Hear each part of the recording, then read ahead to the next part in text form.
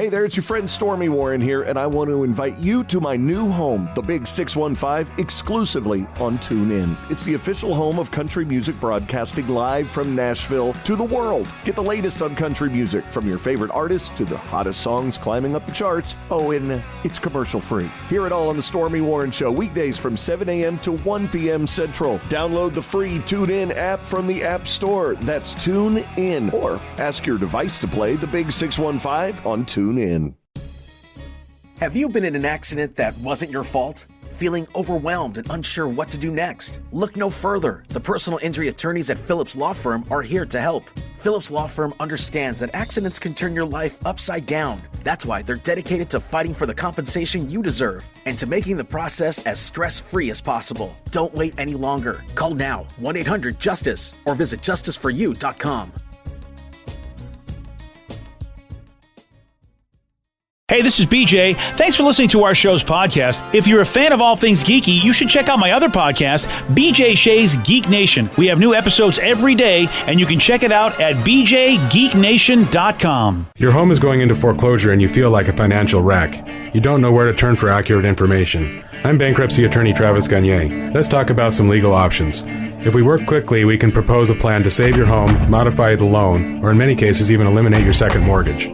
The consultation is free. I've helped hundreds of people just like you make informed decisions about whether to save their home or exit it on a reasonable, organized timeline. The chapter you choose sets the tone for the next chapter of your life. Please contact me today at choosetherightchapter.com. That's choosetherightchapter.com. 99.9 KISW, the Rock of Seattle. So, big news, baby. Big news for Blossom fans. Man, you know, I've been looking forward to getting some news as a Blossom fan. Yeah. Mayim Bialik said that, hey, maybe, she says she's in active talks about rebooting Blossom. We're thinking about coming back. You know, there's a lot of things that have to happen. We're a Disney show. Disney is known for a lot of paperwork and red tape. But yeah, we're ready to talk about it actively. And, you know, a lot of shows from the 90s have been rebooted. And, you know, we were on from 90 to 94 or so. So we were like right in that pocket. And just excited to think about, you know, putting our own spin on what it would be like to see where these characters are. PJ, were you a Blossom fan? Or was that? Not at all. I was going to say, I feel like that was maybe you were a little too old for that crap. Yeah, I was 30 to 34 years old back then, so I wasn't blossoming. Yeah, I was young enough for that crap. Yeah. Are they going to get Joey Lawrence back? Whoa. Six. Of course, Six is going to come back. Yeah. What else is she doing?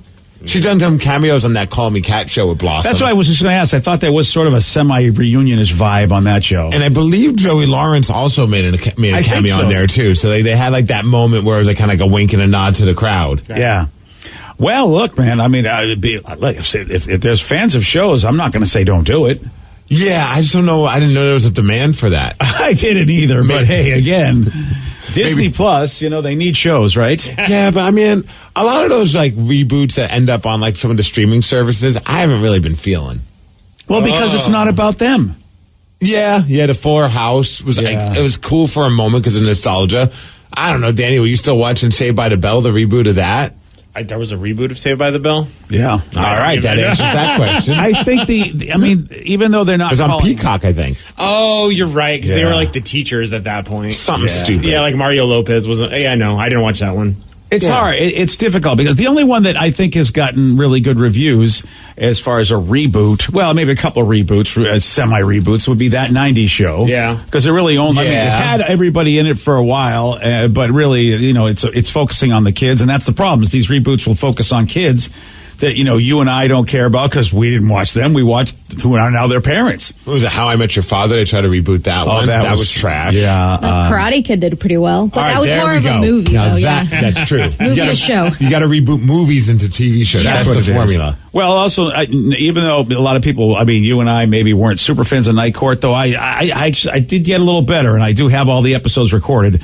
The Night Court reboot sort of kind of is okay. Yeah, I feel like though you're going to hit a point where you're just going to delete them all because it's taking up too much space on your DVR. You're right, man. It's possible. Yeah. It's very, very possible. Or if I get really bored, maybe, or sick, then I'll watch them all. Yeah, same with Blossom. I'll probably watch the first couple of episodes just because, you know, there's the nostalgia of it all. But unless it's like reinventing the wheel in a sense or coming up with creative new ways to be funny, I'm probably only going to last like an episode or two. Well, or is it just going to be Call Me Blossom? Call me Blossom. I mean, really, if Mayim is going to be in it a lot, then and she's going to be an adult version of whatever Blossom was, which I feel like, I don't know, my brain thinks that Kat is just an adult Blossom. But I don't know. You know the show better than me, but my brain really feels like, wasn't Blossom kind of a cat-like person? She was a quirky character, so I guess. But I mean, that's really just all that she's. It sounds all that she's good for, because that's not true. But that seems to be the type of comedy that she's best at. Yeah. So I guess I've kind of seen it. That's all you're good for, Blossom. That's it. And look, if you got a character type, hey, listen, if you can make money and people give you a check, go for it. Keep being funny and weird. Why all of a sudden? Yeah. Wow. Okay, then. I mean, don't do it. Well, she got Jeopardy, Call Me Kat. Yeah. Now potentially a Blossom thing. And isn't she like an actual scientist? Yeah. Apparently she's really very, very smart. Has she figured out how to have like a 30-hour day or something like that? How does she have all this time? She and Ryan Seacrest. Remember, I don't know how Ryan Seacrest did everything he did before he quit the Kelly show. Oh, there were clones of him. Oh, that's what it was. That makes a lot of sense. If you're going to clone somebody, he is a guy. I mean, he's a pretty, he's a good clone. All right, well, there you go. Call me clone. That's the new show. Mighty Ducks, there was one also a reboot. That was a reboot from a movie to TV that after a while just kind of was like, all right, I'm done with this one too. Oh, sorry, buddy. And Lily really liked the first season of that, but they came out with a second season. Wasn't as good. Yeah, Emilio Estevez wasn't involved, and they're like, she was just like, no, I'm same. out. Yep. We watched a couple of episodes. I'm like, I'm good. Yeah. I've seen enough of this. Well, Emilio was hoping that he could you guys will like all these people and I get to just sort of fade away. Nice. Didn't happen. All right, sorry. We got a school bus driver that did something completely stupid to teach kids in a bus a lesson. What did he do? Steve's going to tell you. He's got the Migs report for you at 6:17 on The Rock. BJ and Migs, mornings on The Rock, 99.9 KISW. What you watch depends on what kind of mood you're in. Sometimes you're craving comedies like Friends or South Park, and sometimes you're more into dramas like HBO's Succession and House of the Dragon. There's also cooking shows like Chopped and Beat Bobby Flay, and even movies like The Lord of the Rings and Shazam! Fury of the Gods. Well, Max is the streaming destination that has the best of entertainment for whatever mood you're in anytime. And plans start at as little as $9.99 a month. Max, the one to watch. Subscription required. Visit max.com. 99.9 KISW, The Rock of Seattle. If you're hearing an informative newscast right now, well, then you must not be listening to BJ and Migs. Live from the KISW News Center in downtown Seattle, this is the Migs Report. Well, thanks, you guys, and thanks to Palace Law for giving us the Migs Report. And today, you might want to show your crack. Oh, wait, what? It's National Plumbers Day. Oh, there we go. Also, and it ties into our first story, today is National School Bus Drivers Day. Oh, okay. So if you're a school bus driver, oddly enough, there's a story about this. Maybe this person decided to celebrate being the worst school bus driver of all time because a Colorado school bus driver, nothing good comes out of Colorado. That's a good point. Danny's friend, the avalanche, and then this bus driver facing 30 child abuse charges. What? The reason being they slammed on the brakes of the bus to teach the kids a lesson about staying in their seats. It's a substitute driver, too, so of course not the main one. The main one wouldn't do this. The substitute's like, does things by its own rules. It's going rogue. His name's Brian Fitzgerald, and apparently he stopped. He stepped on the brakes, stopped the bus to basically show everybody, hey, this is why you need to stay in your seats. One kid was bleeding on the cheek from the abrupt stop. And we have audio of it, and also there's audio of him talking to people about why he did this. Wow. You guys need to be in your seats. You guys want to see how dangerous that is? That's why you need to be in your seat. You all right? Yeah. They have to sit in their seat. They would not get bounced around if they didn't stay in their seat. Well, I'm sorry if she got hurt, and I'm a substitute driver, and the driver that normally does not have any control on these kids. I was coming to a stop, and I hit the brakes hard. They were not listening. Yeah. Wow. That's not the way to handle things. Dude. I'm no bus driver, but that's not the way to handle it. These are little kids. You got to see the BJ and Migs page of KISW.com and see this video. These poor kids. Dude, I have to tell you something, though. I am so happy where we are today. Where are we? Because, well... Seattle, not Colorado? Because when I was that age, if I went home and told my parents that happened, they'd be like, well, you should have sat in your seat. Should have listened to the school bus driver. So, I mean, we have really come a long way as a society because my parents would never have cared as opposed to this is how you should respond to this. Like, hey, this is BS. And it looks like it's the same when I was growing up. We didn't have seatbelts. I mean, they were seatbelts, but nobody used them for the school bus. Like, you just sat in the seats. Which makes me wonder why. It is kind of odd when you really think about it. We're always about put on seatbelts, especially with kids. But now when you're on a school bus. Yeah, and I don't know, like the first graders and second graders still sit in car seats, Danny? Like, when do you stop sitting in a car seat? Well, it depends on the law. You're technically supposed to stay in until like 12, I think. I thought it was 33. No, that's fair. That's when I finally got in my parents' car seat. This is why I can't take Steve anywhere. I don't have a car seat big enough. Yeah, I can't fit, so I just take the bus. I think 12 is the back seat. I think it's at least until they're a certain height until they can be out of the car seat. Oh, at 12 I was put in the trunk. Yeah. I mean, we could get pulled over for not having our kid in a car seat at a particular age, but then as soon as you send him on a school bus, it's just like that can happen. And hey, trust Brian. He's a good bus driver. Yeah, he's what is with substitutes? We had a substitute teacher recently that was an idiot. Did the Fight Club thing. Yeah. And now the substitute bus driver... I feel like the substitute business needs to be improved. He said the regular bus driver clearly doesn't have any control of these kids. He's trying to fix things. That's true. Yeah, well, I would say to the substitute bus driver, all those kids make it home with no cuts on them. Okay, well, that's step one. Yeah, so I feel like the regular bus driver apparently is doing okay. All right, let's talk about something awesome. And it happened last night over at Climate Pledge Arena. Woo! Climate Pledge Arena was rocking. I was able to go to the game, BJ. Wait, you were able to go? I was a fine member of your Seattle media and got to go and sit in the press box, which was amazing. Oh, man, dude. How is it sitting in the press box trying not to be a fan? Okay, to be honest with you, I was doing my best. Luckily, like, there was a dude from Como that was near me. I hope he wasn't listening to me because I was using some colorful language at times. I'm like, come on, F-boys, let's go. Like, let's make this happen. But I was trying to be be as professional as possible. I was wearing a Kraken shirt under my sweater. That way I wasn't showing off that I was wearing my Kraken colors, but I had a Kraken lanyard. I was doing my best to kind of show it off. Ran into DJ Trunks, the DJ for the Seattle Kraken. Oh, very cool. He's an awesome dude. There we are hanging out. It's on my Instagram page, and I'm Steve Migs. You can see also the perspective of the game. Great view from the press box. How cool is that? You're kind of like sitting over everything, which was awesome because of how loud that crowd was. All that noise was coming up. Ooh, it was nice. great. I'll be honest. So, game goes into overtime. They scored 3-2. I ain't gonna lie. I stood up and pumped my fist and started screaming.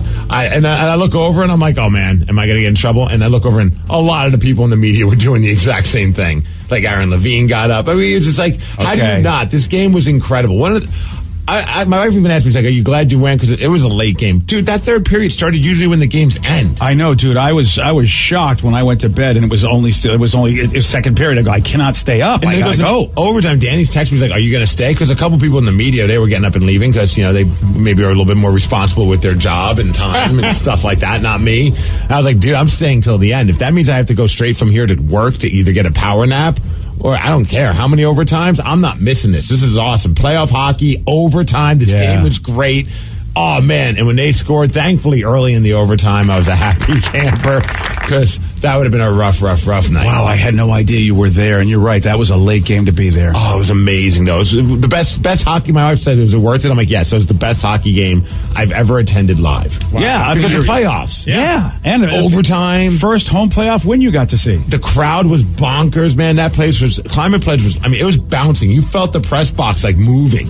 It was so loud. First period, all Kraken, man. Borgen scores, Daniel Sprong scores. That was pretty sweet. Dude, where I was sitting, I was right underneath Everett Fitzhugh and Dave Tomlinson, the radio announcers. Oh, that's cool. Got to meet them. They were super nice. Got to talk to them for a little bit. That was pretty cool. But so when it wasn't super loud, which was rare, I could hear them talking. So it's kind of cool. I had like my own personal play-by-play announcer. Nice. I was living the good life right there. That's awesome. But then I could also hear the stupid Colorado Avalanche radio broadcaster in the second period screaming and yelling whenever they would score. Oh yeah, you don't want that. Second period, all Colorado, mainly all Mikko Rantanen. He was the guy that did both of the goals for them. Third period, back and forth, tense. stressful. There was that one goal that we thought was a goal, but it turns out the whistle was blown before it trickled into the net. Goes into overtime. Jordan Eberle, he's our hero, and this is how it sounded. 1:05 left in the power play. Strong with a shot blocked. Eberle in front for Schwartz. They score! Hey! What do you say? Jordan Eberle and the Kraken win in overtime. If you listen close, you can hear me. Yeah, there he is. Oh, wow. That was me, but I didn't say just that. Wow, Danny was on TV the other day, and then here we can hear you on the radio. This is amazing. Hear me cursing? Wow. After the game, Eberle did, of course, a press conference talking about the goal and also just talking about how important it was for him and some of the old school Kraken players, the guys that have been there since day one. Yeah. It was cool to hear his perspective of how important it was for him and the team to do well, because he really does want to see this city become a hockey city, which, dude, you don't have to worry about it becoming one. It is one. Last night definitely proved it. It's been tough, but it's kind of fun to be part of a group from day one. Not many guys get to experience that. We were kind of joking around before the game. This is the biggest game in Kraken history. So, I think it's fun to be a part of something from the floor up. And, as much as things were tough last year, we turned it around quickly, and that's a credit to obviously the organization, the coaching staff, the GM, the players. But we still have a lot to prove. We obviously we want to prove that we belong in this league and that we can compete with all these teams. And I think the biggest thing for me too is you kind of want to make this a hockey town and have people love going to Kraken games and enjoy the product of playoff hockey, which is obviously why we play the game. It's enjoyable. I mean, you hear it out there. It's unbelievable. So, I mean, that's what we're trying to do. No, he definitely accomplished that last night with that big overtime win. It was a blast, man. And Yanni Gourde, heart and soul of that team. He's love it. It's insane, dude. Whenever he touches the puck, people go nuts. At the end of the second period, he was getting all feisty with people. The entire arena's chanting Yanni. Yeah. And I was like, this is amazing, man. He's a rock star with that team. Someone who wasn't getting cheers, was getting a lot of boos, was a player for the Colorado Avalanche, and it's Cale Makar. Had that. I mean, it's a very debatable hit. Some, obviously, Colorado Avalanche fans are saying he was just finishing the play and he wasn't intentionally trying to hurt the guy, which was Darren McCann. A lot of people, including Coach Hackstall, felt that it was a dirty hit or a late hit. I have to agree with that. I mean, the puck was out of the rink. I know you said, hey, the whistle hadn't blown yet, but, that's something that you don't want to see because McCann's going to be out for a while probably. That sucks, It was an awful hit, and that's a 40-goal scorer, star player for the team. Every time Makar touched that puck afterwards, dude, it was deafening. Yeah, he was like the ultimate bad guy. That's the one thing that bothers you in this particular situation. You almost wish, man, could they review that later and at least do something about it? Oh, they will. I mean, if they feel like it was dirty, he'll get suspended or fined or something. I hope soon. Yeah. You know what I mean? I hope so it will impact them now and not later when it maybe not matter. I say eye for an eye, man. However long McCann's out, that's how long Makar's out. I love that play. I really do. I really do. It's just this severely impacts the team. Well, here's Hackstall talking about that hit and how, like you just said, how it impacts the team. Won't be available for Game 5 for sure. Probably longer than that. A late hit where puck is out of play. And Canner shoots that puck. It goes immediately out of play, straight up into the netting. I believe the puck is being caught by a fan as Canner is being run into the end wall. Late hit. Really late, no puck in play. Our 40-goal scorer not available for the rest of the game. And yeah, you can tell he wasn't very happy about that. Yeah. And now Makar, they actually, a reporter interviewed him after the game. I think it was somebody from the Colorado press grabbed him in the locker room, and he wanted to make it clear it wasn't. And here's the thing. I mean, Makar, I think it was a bad hit. But I don't think he's a dirty player. He's known for being a very upstanding kind of a player, but sometimes good players can still make a mistake and maybe not being fully aware of what's going on during the game. And that was a bad hit, but he stands by the fact that he wasn't trying to hurt him, and it wasn't a dirty play. Yeah, I mean, it's unfortunate. I never want to injure guys. Hopefully he's all right. I didn't feel like I tried to finish him that hard. I feel like if I was in that scenario, they would have done the exact same thing. So I'm not trying to hurt anybody. It's just unfortunate. Have you ever been booed like that by an entire crowd anywhere in your career? No, I mean, actually, it's pretty funny. I had a dream last night that I was getting booed. So it's playoff hockey. That's the atmosphere you want. You got to be a big boy and just take it. Yeah, like I said, unfortunate circumstances. I hope he's all right. Jamming a dream about being a dirty SOB. That's a tell you, boy. I mean, you know what? I'm hating the guy, and I don't know if I really should be hating the guy like normally, but I do as a Kraken fan. It just sucks. It just sucks because you don't want to see anyone get hurt, and that was a nasty injury. Yeah. So hopefully McCann is not going to be gone for very long because obviously they could use him. Not going to be able to use him on Wednesday, which is going to be game number 5. 2 games apiece. Both teams have 2 wins, and then comes back home. Got another home game on Friday night, baby. Yeah, we do. And boy, oh boy, let's just hope. You know, that's a tough loss. And so it's the NHL is reviewing that play today, so I'm sure we'll find out more information about that. And props to Ryan Donato, who stepped up. Great player, and obviously he's not at the level of a McCann as far as a goal scorer, but he stepped up and played great, kind of filling his shoes, which was really good to see. Man, lots of stars of Seattle were out in the game, too. Did you see Geno Smith was there? Oh, very cool. Bobby Wagner was there. Oh, yeah. Tariq Woolen. I think all the Seahawks made it. DJ Dallas, Joey Hunt. Sue Bird was there with Megan. Is it Rapinoe or Rapinoe? Rapinoe. Yep. Yeah. She was having fun. Yeah. She's putting on like the little hand that makes a giant tentacle, and she's like poking Sue Bird. Sue Bird almost looked like Megan. Let's pump the brakes. It almost looked a little like how I would be around like my wife. Like my wife's like, okay, you're kind of stepping it up a little too much right now. So it's just like dude, it's super fun. Dude, come on now. Let's just have some fun. You don't have to be poking me every 5 seconds. That damn thing. And then Climate Pledge is playing "Spin the Black Circle" by Pearl Jam. I'm like, yeah, man, some Pearl Jam. And then they showed in the crowd Mike McCready's there. That's why he requested the song. There we go. Well, I love it when you see the other people from sports, supporting our sport. I just love that whole camaraderie that happens when you see other sports. Lodiero was there from the Sounders, or Lodero. They're close, yeah. Lodiero. Freddie Montero. There was a bunch of Sounders players there. Yeah. I love it too. Just being able to every time they showed it on TV of just different people. I was like, I text Steve, they're there too. This is awesome. Yeah, Dan Wilson, former Mariners catcher, he was there. He's a hockey player. Was Louis Castello there from the Mariners? I'd like to know. Man, what do you want from me? I'm trying. Clearly, soccer names are not my strong suit. That's fair. Yeah. Rapinoe and Lodiero. Hey, listen, I'm telling you right now, that's fantastic. Isaiah Thomas, former Huskies great, was there. How about T. Francais? Was he there from them? Did he show up? I'm not positive. No. Actually, I mean, I don't know. Buchanan, he was there. Chet Buchanan. Yeah, he's the PA announcer. He's our friend Chet Buchanan, radio guy. And a lot of you folks remember him from Q back in the day. Yes. Yeah. But the highlight, I got to tell you, in the press suites or the press box, yeah, they have how they have the cereal dispensers like at hotels, yeah, where you turn the knob and you can get whatever cereal. I love this. I just love this. Is going to be the highlight. They had a row. One was for Sour Patch Kids. Oh, one was Reese's Pieces. And then a variety of nuts. Wow, the press box guy. Now, I know you get that in the Diamond Club for the Mariners. Do you get that in the press box for the Kraken? Just turning the wheel, getting whatever you want, BJ. Wow, that's... Yeah. I was in the press box. Well, see, I got thrown out of the press box for the Mariners, so it's possible they had that. I just never got a chance. I'm actually shocked I wasn't thrown out by my actions there.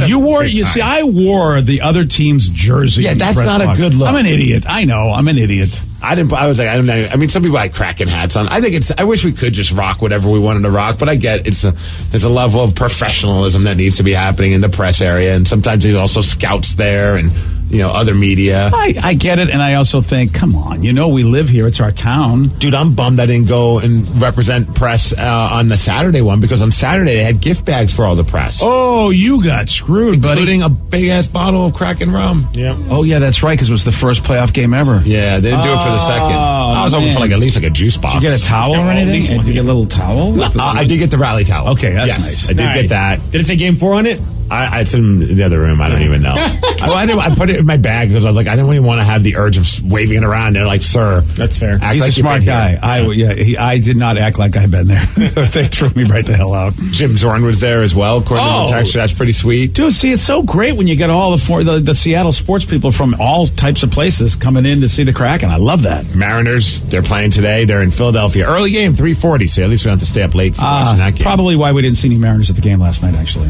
Yes. Makes sense if they're in Philly. Yeah. So they're playing the Phillies, who don't have a great record, but they're 7-3 in their last 10 games. Yeah, so they're playing well right now. They're the World Series champions, aren't they? Am I crazy? No, the Braves. Who won last year? Oh, they went to the World Series, but they lost. Yes, but yes, they were a decent team, and so it's going to definitely be a challenge for the Mariners. The Jets should be a decent team next year because it's official. Aaron Rodgers is going to be the quarterback for the New York Jets. Wow. Right? Wow. That did happen, huh? And some are wondering, is he going to wear number 12? Because that was his number. But also that's the number of Joe Namath, Jets legend. Oh, and that's retired, right? Yeah, Joe said, hey, you want to wear number 12? Go ahead, Aaron Rodgers. Aaron Rodgers said, nah, that's cool. I'll wear number 8 like I wore in college. Oh, all right then. Yeah, he's got a solution. I think that's a smart thing to do. I feel like when you go to, especially when you're going to go to a town like New York, where they do respect history and all that, that's a smart move on his part. Yeah, it definitely endears you with the hardcore fans. Yeah. Not taking someone's number like Jerry Rice did. Yeah, and Broadway Joe was cool too. He's like, I like that guy. You're a beautiful man. That's my impression of Joe Namath. Today we're going to have some sun, some clouds, a high of 62 degrees. Thanks to Beacon Plumbing, Heating, Septic, and Mechanical for giving us the Migs report. That's what's up. And go Kraken, BJ. What a game. And like you said, there'll be another home playoff game, which is what we were going to get anyway in this series. Only 3. So how cool is that? That's crazy. I don't know. When I guess the tickets probably go on sale today. 10 a.m. I just looked. Here we go again. Yep. Are we going to try? Yeah, you know what? I actually have plans on Friday night, so I can't go. Oh, well, it's going to be a huge game either way. You should try. I'll help you try. Yeah. It's going to be a huge game either way. Either they're going to need your support because, look, it's a must-win, or it could be a clincher. I mean, either way, what a huge game. Wow. Could you imagine if turns out to be a game like where win it and we move on? Yes. I mean, last night was crazy, but it was a Monday night kind of crazy. Like, people were, like, screaming and yelling as we were leaving, but a lot of us had to go to work today. Yeah. And I will tell you this, dude, watching that game, I thought, here we go again. I thought it was game 2 all over again. After the first period, my buddy Rick and I were looking at each other. I'm like, I feel different about this. I think we got this. And then all of a sudden, we see each other. He does media as well, the Son of Hockey, and does the 32 crew as well. And then after the second period, like, we were completely wrong. This is now terrifying. Yeah, especially when you saw how it went down. Yeah. You know? But then I think we had did we almost double them up in shots on goal? Yes. Yeah. So I mean, definitely, we did our job by basically keeping all the heat down in the Avalanche end, which I think that's the key. I know it sounds dumb. If you could just take more shots than the other team, but it really does mean something. I think if you can basically keep all the action in their end, eventually good things will happen. At least for this team. Oh, it was a Georgiev. I always screw up his last name. The goalie he played a phenomenal game. Stood on his head again. Yeah. I mean, that's the guy that I think he's still stopping shots by the Kraken. And did we get a power play goal finally, I think? Dude, it was after that questionable hit by Makar, which made it even better. That, I'm not, obviously the hit sucked and the injury sucked, but it was nice to see them capitalize on that penalty. And the overtime goal was a power play goal. Yeah. Oh, wow. I didn't realize that. Yeah. Oh, wow. Well, how about that? Pretty sure it was. Yeah. So, well, how about that's, if you're the Avalanche, you're like, wow, how did we put ourselves in that position? I did almost text Steve last night at one point, but then I didn't want to jinx it, and I was like, all right, if BJ's stupid theory comes true, we all get to line up and punch him in the face. Dude, I was you don't understand. Because BJ's theory was wrong. It was wrong. You don't know how I was so happy. I'm like, God. Whenever like their second goal is scored, and I'm like, even though we're winning 2-0, I'm like, it's like I'd rather it be 1-1 right now, and we score our second goal as the third overall goal of the game. I would just feel so superstitiously better. But yeah, what a great game. Gotta love that. And you know what? A power play in overtime. Steve, don't you have to pretty much murder somebody to get a penalty in overtime? Especially with the way some of those penalties that were happening and not happening during that game. I was just like, okay, I hate to bitch about refs, but I was feeling like agreeing with some of the people on social media, just like, are the refs trying to make sure that the Colorado Avalanche win this game? Because it felt that way at times. Yeah, I know. There was some real. I was like, that was a penalty. But the other stuff that the Avalanche are doing to our players is not. Okay, make that. Okay, I got it. That's cool. There was one where he grabbed his arm and was holding him to make it look like he got the hold on him for one of the holding penalty. It was Borgen that got that one. Yeah, and it was like he's literally holding his arm around him, so he can't move. And then before that, one of the guys just straight up grabbed one of our dudes, and I think it was Makar as well. Just put him in a headlock, and I was like, what is going on here? Yeah. It's so exciting because, you get excited about other stuff that's going on in hockey because, we were laughing about the Maple Leafs, but they look like they're either A, on their way or on the eve of a historic collapse because they'll have to lose 3 games in a row for them not to go on. They're up 3-1. Remember I said after that first game there was a couple of injuries. I'm like, if they lose this series, they're just a red rotten team because the Was it the Lightning? The Lightning lost a couple of key players where it's like, okay, there's really not much hope for them anymore. So far at this point, you seem to be right. Your but that Devils still went to overtime. Yeah, your Devils tied the series. I know. So I thought they were dead for a bit. It felt that way. Yeah. Apparently they just not play at home. Yeah, and the Golden Knights, of course, are the Golden Knights, and so they got a commanding lead, it looks like, in their series. Yeah. So, there you go. So, exciting. Playoff hockey, baby. Last night, more of that, especially with the way it ended. Yesterday, Steve, he got this one right. There are two body parts that never stop growing throughout our entire lives. Yes. The ears and what? The nose. Yes. Stockholm. Get your mind out of the gutter, baby. The nose keeps growing? Yeah. I love you, but I didn't know that because, look, I have a larger nose than most, and I'm not. And bigger. Dude, that's not cool.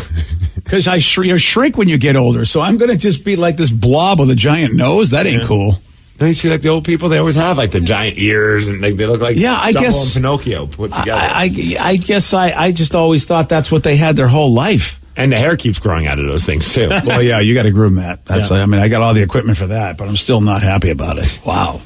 Okay, so the ears and the nose. Gosh, you're going to look like a hobbit or some kind of sort of thing. That ain't good. Ghana. Yeah. Wow. Okay, call now for your chance to beat the nicest guy in the world, Steve Migs, 206-803-ROCK.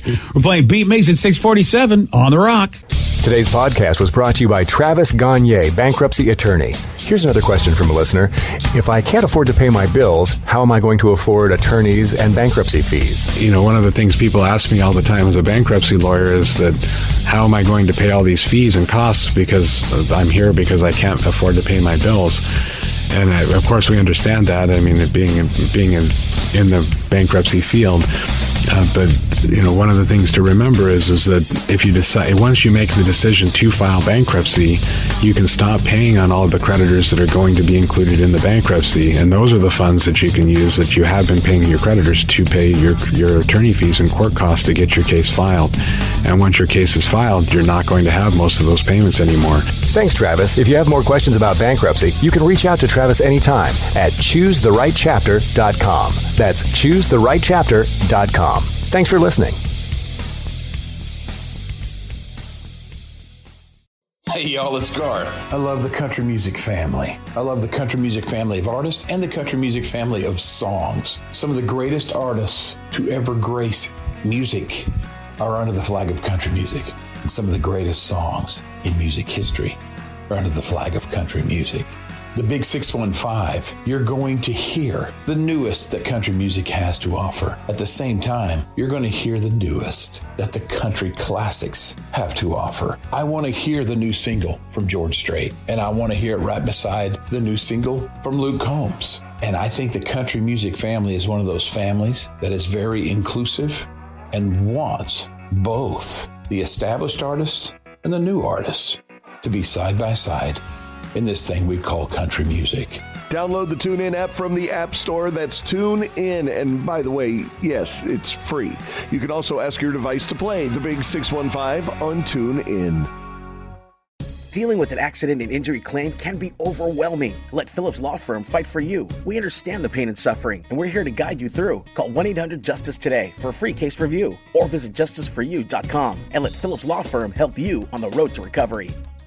Hey, this is BJ. Thanks for listening to our show's podcast. If you're a fan of all things geeky, you should check out my other podcast, BJ Shea's Geek Nation. We have new episodes every day, and you can check it out at bjgeeknation.com. Your wages are being garnished. We can stop that now. It's hard enough to pay your bills when things are good, let alone when a big chunk of your take-home pay is gone before you even get your check. I'm bankruptcy attorney Travis Gagne, and I can stop the garnishment and get the creditors off your back immediately, often the same day as our consultation. Both Chapter 7 and 13 provide bankruptcy relief, but choosing the right chapter is crucial. In a free consultation, we can create a plan to get your finances back under your control. The chapter you choose sets the tone for the next chapter of your life. Please contact me today at ChooseTheRightChapter.com. That's ChooseTheRightChapter.com. 99.9 KISW, the Rock of Seattle. Baseball is back, baby, as the Mariners start a series in Philadelphia, and we're hoping they finally put some stuff together, man. Oh, they will. They got to come on. We got to start getting some W's on the board. And I mean, we did at least win the series against the Cardinals. Maybe that's the first step. And we'll win this series too, BJ. I like it. We're on the road, so we should probably wear our Road KSW shirts. Good call. We do have Road KISW shirts. And you're like, we mean road shirts. Yeah, we have 2 versions of the KISW baseball tee. They're 3/4 sleeve style baseball tees. And like Steve said, got the road version, got the home version, so you can really, have the rock vibe and still support the M's. Do it, man. Go get those KISW baseball shirts today at the Rock Shop at KISW.com. Let's play B Migs. It's time to play the game. So everybody scream his name. B Migs. Don't be a loser. Whoa. B Migs. You're a loser. Happy Tuesday, everybody. Yes. Happy Tuesday, V. I know yesterday was all about the Kraken, but did you guys enjoy any of the sunshine? Did you get any? Oh, yeah. Oh, it was so nice. This guy was out there. I was out there, and I was walking without poles. It was a little scary. What? You were without your poles? I was on pavement, so I thought it'd be okay. I don't know. Sometimes these pavements have cracks in them. Dude, you're right about that. You don't want to hurt those ankles. I know. You know what? Sometimes a man's got to take his risks. Well, anyway, let's move on. We have a game to play. We have Jeff from Puyallup. Jeff, are you there? Yeah, buddies. All right, Steve, get out of here. For those playing at home, Jeff has 60 seconds to answer 10 questions. You can pass all you want, but you do only get 3 guesses per question. Are you ready? Yes. How many consonants are there in the English alphabet? Consonants. 21. Yes. What are the names of Homer Simpson's 3 kids? Maggie, Bart, Lisa. Yes. Eminem had a hit song titled Lose What? Yourself. Yes. You can watch Squid Games on what streaming service? Pass. Oh, what is the name of Batman's butler? Albert. No. Alfred. Yes. What rock band did Jimmy Page form? Led Zeppelin. Yes. An optometrist specializes in treating which part of the human body? Yes. Hund is the German word for what domestic animal? Bear, dog. No, cat. Yes. The Great Red Spot is a storm on which planet? Mars. No. Jupiter. Yes. How many bones are in an elephant's trunk? None. Yes. That is 1, 2, 3, 4, 5, 6, 7, 8, 9 correct. Whoa. Hate those trick questions. Nice. That's why I leave at the end. I'm like, if you get there, okay, cool. All right, fair enough. Hey, look who it is. Are you ready? Why am I so hyper today? Release the Kraken. No, I'm going to go back old school. I'm putting my blindfold back on. Oh, my goodness. I feel like I need to change that. You know how like sometimes when you're slumping, you got to change things up. Maybe put on some panties. For me, put on a blindfold. Wow, I didn't realize the panties could get you going. Remember about Paul Durham? Oh, right. The movie, remember the baseball player? To get his mind out of like the stress of playing a game. Like do something that's a little bit different. So you can. All right. Yeah, maybe I'll have to try that because I'm stressed out. If all it takes is panties, sign me up. Start wearing panties. Yeah, sign me up, man. Or a blindfold. Or a blindfold. Or both. But yay, or a little handcuffs, and who knows what can happen. That's getting geeky. I'm not here to kink shame. Nope, but let's move on before everyone gets turned on. Let's go. How many consonants are there in the English alphabet? 4. No. 5. No. 30. No. What are the names of Homer Simpson's 3 kids? Maggie, Lisa, and Bart. Yes. Eminem had the hit song titled Lose What? Yourself. Yes. Mom, spaghetti. You can watch Squid Games on what streaming service? Netflix. Yes. What is the name of Batman's butler? Alfred. Yes. What rock band did Jimmy Page form? Led Zeppelin. Yes. An optometrist specializes in Eyes. treating... Yep. Hund is the German word for what domestic animal? Dog. Yes. The Great Red Spot is a storm on which planet? Mars. No. Uranus. No. Jupiter. Yes. Whatever. How many bones are in an elephant's trunk? 3. No. 1. No. None. Yes. That is 1, 2, 3, 4, 5, 6, 7, 8, 9 correct. It is a tie. Oh, my God. Kiss your sister. Woo. All right, nice game, Jeff. Steve's I got will this look on his face. And there's no overtime. share that tie. No overtime, Steve. No overtime. Sorry, buddy. Wow. Yeah, he does not look happy either. What was the one he got wrong? The consonant. How many consonants are in Oh, English you know how many language? vowels there are in the alphabet? No. A, E, I, O, and U. Oh, yeah. And then I do know those. Sometimes Y. There we go. Yeah, no, not in this instance though. Yeah, consonants, there's 21. Yeah, 21. Yeah, I was way off at 4. Yeah, you were. Yep, and 30. Yeah. Well, 30 was a little bit closer. Well, there is not 30 letters in the alphabet. That's not even close. Semantics. No. Yeah, it's just, and the one he didn't get right was where you would find Squid Games, and he just passed. Yeah, that was a tough one because you just see streaming service. You just go, what's a streaming service? Netflix. I mean, just name one, and you would have been the man. But yeah, he cost me a song. I don't think Jeff should ever play again. Wah, wah. That's all I got to say about that. He's banned, all right. I'm all about that. I don't know if you saw this new poll. Looks like I just, again, with social networks and all this stuff like that, it is hysterical to think that half of us say we have a friendship that's entirely online. Oh, yeah. I have a lot of friendships that are on. In fact, I was able to, it's not to say consummate, that's not the right word, but I was able to finally meet the people that I was friends with online last night at the Kraken game. A few people I always talk about on social media with. So prior to that, never met them. No. Oh. No, had conversations, like direct messages. Even did I mentioned him earlier, Rick Judd. He does a podcast. What do they call it? The Shipwrecks and Body Checks podcast. It's part of the 32 crew. Kraken guy, covers the team as well, so he's in the press box. And so we finally met up yesterday in the press box, and I met a bunch of other people who were part of the 32 crew, a fan base for the Seattle Kraken.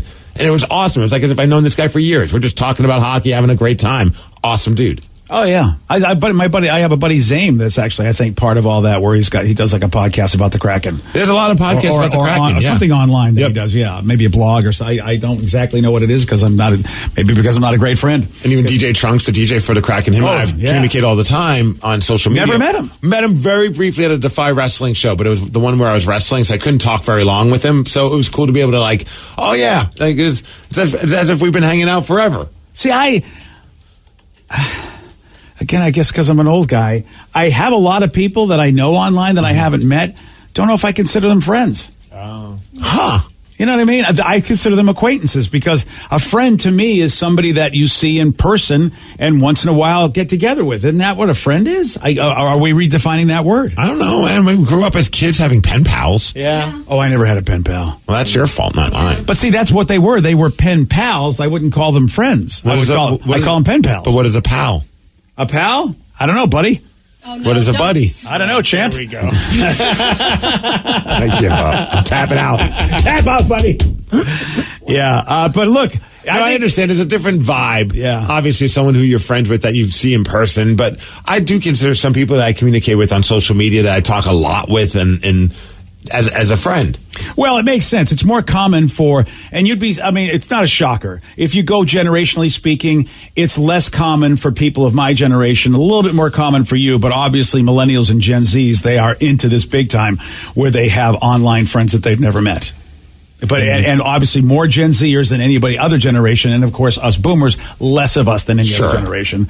So I guess it makes sense why my brain goes, no, that's a friend is somebody you see right there, you can touch their face. But are you on like board game groups or something on social media where like you keep in touch with someone maybe you never met? Dude, I have to tell you something. I have groups. And there's a guy that I've kicked people out of my group because I've said, you never come and play with us. You're just in this group being an idiot. Oh. I'm sorry. I don't consider you a friend. Like I've had one dude who, sometimes I'll have, we'll have some serious discussions in our group. And then the guy who you've never met and the guy who I've never gamed with will joke around. And when I'm being serious and I'm like, dude, that's not how I roll. And now's not the time. It's like, who the F are you to me? Yeah. But see, I think that's an old guy thing because it's like a cranky guy thing. Well, yeah. I mean, imagine if you were in a group and you met somebody for the first time, and let's just say something happened, and then the person from the first time inserts himself into something where maybe it was you and a buddy. You're like, dude, know your place. Who are you? I mean, you who are you to say these things? You are exactly. Yeah. And so I think for me, that's what happens as an old guy when it comes to the online stuff. I like, what the hell is this? I don't even know who this guy is. I got to click on his picture. Like, there's a guy in the workplace here. I had to ask Sarah. I go, I don't know who this guy is. Who is this guy? Because he comments a lot, and I don't know if I've ever met him. I don't know if I've ever met him in person. I'm sure you have. Maybe. I one hope of those so. like staff meetings. Maybe. Yeah. But nobody comes in the workplace anymore, so it's like, I don't know who this person is. I mean, and the picture's so small. And then, by the way, if you take a picture, don't have a picture as your profile picture with you and somebody else. That's confusing, and it's also very tiny. So I go, I don't know who the hell either person is. Who is? I don't know. So I don't know. I don't know. Maybe you should message them and tell them your new rules about how you should have a profile picture. Again, I think if you're going to have us boomers, you got to know our rules. And so, yeah, So you're in my group, Steve. Yeah. Anyone else have like buddies that they're like? Oh, yeah. Oh, cool. Danny, everybody's your best friend. I'm not surprised. Yeah. Especially when the pandemic happened, a lot of people, that's the only way you communicate with people was through social media. That I can understand. And I have like a lot of wrestling buddies that are wrestlers from all across the country that we've now like gotten to know each other because, oh, you wrestle? Cool, I'll follow you back. And then all of a sudden you start engaging in conversations, and then one thing leads to another, and you're sliding into each other's DMs saying hi. And you've never met them in Nothing person. filthy, but just say hi. If right. you ever come to Seattle, I'll help you get a show. Yeah, I met a guy. We can wrestle each other. What kind of show, Steve? A wrestle show. Oh, okay. I met a guy. Take our shirts off and touch each other. Oh, jeez, that's actually not a bad show for the sport of wrestling. I met a guy during the kind of the pandemic, and he was like a mutual friend of friends in Albuquerque, but he was kind of going through a divorce, and I reached out to him because I was like, hey, I went through one of these. If you ever need someone to talk to you, and ever since we've been really good friends. Wow. Like he'll message me and ask questions and whatnot. I never met him physically. Never met him physically. See that? You know what? I mean, that is a generational thing. I mean, I'm not putting you down, Danny, because look, if you get close to people, how cool is that? Right. I mean, but my brain goes, unless I see you physically, what's the point? I mean, what is this? I mean, from what, like, if I see you, there's text, there's phone calls, there's ways to like keep in touch with somebody. Especially when the pandemic happened, you didn't really have any other choice. I get that. I just feel like. Look, you ain't gonna be around close enough for me to touch you. I don't want to be your friend. Yeah, I want to touch you. Yeah, I just feel like I do. I guess that's weird. I just feel like that's when you know somebody because you're in the same room. I'm not saying they're my best friend, but I mean they're friends. Yeah, I feel like being in the same room with somebody. I think you get more that you just get that there's some other connection that happens physically when you're in a room with somebody that might you go okay. But how is it any different than like if you had a friend from like from the East Coast, like a Boston friend that you haven't seen in 30 years, but you stay in touch with them on social media? Dude, you're right, but there's that. You know how you once meet, touched. Well, yeah, I think like somehow you spent bro time or sis time with somebody. That's at least my generation. Because I got friends, Steve, that you're right. I haven't seen forever, but it's like it never. And you might not ever see again. Yeah, that's true. I mean, it just happened to one dude who just passed away. I just read it on online. Okay, I'm sorry to say. Well, I'm just saying, but you're right. You're right. I won't ever see this guy again. In the afterlife, you will. Oh, wow. I feel like we're both going to be burning in your afterlife, and you're going to be there just basically narrating the whole thing. How are the flames? All right. Well, yeah, I think I'm just getting old, man. Yeah, I think that's the end of the day. So thanks, Danny. You're welcome. You know what? I think I wish you were just an online And friend so I props could to that unmute guy you. who found Danny. I mean, it's really there's no one else that's ever been divorced, so it's good that he found Danny to have a conversation about being divorced. Imagine this, okay? Can I just pause for a second? Some rando Calrissian says, I'm going through a divorce, and Danny decides, I will be there for you. Like, if I don't know you, I'm like, I give you I give you the hug emoji. That's what you do on Facebook when somebody's going through a tough time that you don't really know. Oh, I send them an eggplant. I'm like, I'm single, ready to mingle. Also known as the hug emoji. Yeah. The care. It's the care emoji. You just give the person a care emoji and you go, I don't know you. Here's a care emoji. If I kind of know you, I go, sorry. And if I know you, I go, let's get together and we'll have a chat. But on the other side of it all, like, maybe you don't want to have that conversation with your close friends because you just don't want to be that vulnerable and have like, those moments about talking about divorce and stuff. But like, here's a random guy. I don't know him. So I could just have a very like heartfelt conversation with this person. And it's not like I don't know. I can see that. I get your point. And I have a whole, like, mine is completely flipped. Like, I would rather have it with a close friend because it's the person who knows me. But I see your point. There are some dudes that be like, I don't want my business in this group. Because for whatever, like you said, I want to be vulnerable in front of my friends. It's easier to be vulnerable with strangers. I get that. But for me, it's the other way around. It's like Danny's a cheap therapist for the guy. Yeah, Danny reached out. Yep. Danny reaches out to me. You should send him like a bill. All right. But Danny's I didn't tell you that this was actually a fee to this Venmo request. Yes. That's why I don't like him. Danny's he's like a friend whore. It's like he makes you think you're the only friend he has until you see. Yeah, he does. Did you see his Facebook post about his buddy from Colorado? Yeah. It's a love letter to this guy. And if I didn't see Danny do this like every day to every friend he has, it's not special when you go, he's the ever best, ever guy. He does it almost on everyone's birthday that he's close to. I know, but it doesn't mean anything when you do it for everybody. Are you feeling jealous? Yeah, I haven't done it for BJ. That's why. My generation is like, look, you don't send you're the best ever cards to everybody. Like if I tell you, Steve, you're the best guy that I ever worked with, man, really, you're special. And then you see me do that to everybody. How special is that then at that point? So what you're saying is he's giving like a participation trophy to all of his friends. Exactly. Yes, that's exactly what he's doing. You all get to be my best friend. No, you pick one, and everybody. He's very jealous. Yeah, I know he is. Well, he hasn't gotten it's one like yet. going to Danny's next wedding. Everybody's the best man. Nobody is a groomsman. That would be pretty amazing. Yeah, that's what it's going to be. Had like 30 best men. Everybody's like 30 best men. You almost should get married for that reason and that reason alone. I mean, and we'll make a movie of it. 30 Best Men. That sounds amazing. It's pretty awesome. And if it doesn't work out, at least you have a friend that you can talk divorce with that you never met. And by the way, Steve, notice Danny doesn't say I'm wrong. No, I did. I said you're jealous, which means you're wrong. I'm not jealous at all. I don't want to be your best anything because basically I'm in a pool of millions. I want to stand out. You want a blurb, don't you? You want like a little. Not from Danny. As the kids would say, you want him to give you your flowers. I want my flowers, but I want to be the only one to get the flowers. Your flowers are dead, unfortunately. Yeah. That's okay, but not from Danny. Danny's flowers are useless. They're more plastic. like weeds. Yeah, really. I know. Danny's just picking dandelions. Here you go. Give BJ his dandelions. Sorry. Hey, there was a recent poll that asked people what they would like to be done with their remains when that time comes. All right, first of all, don't even look at me, okay, guys? You got a long time. Don't think that I need to pour it all over Danny's friend. You'd like to. Yeah, that's what it is. Yeah. Hey, what topped the list? I'm going to tell you it's 7:17 on The Rock. BJ and Migs, mornings on The Rock, 99.9 KISW.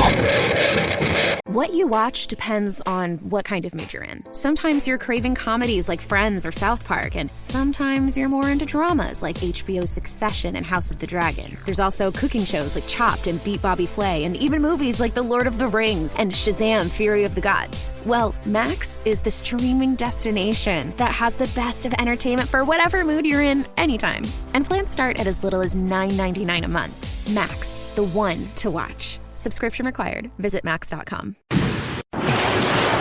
Come on, men, put your backs into it.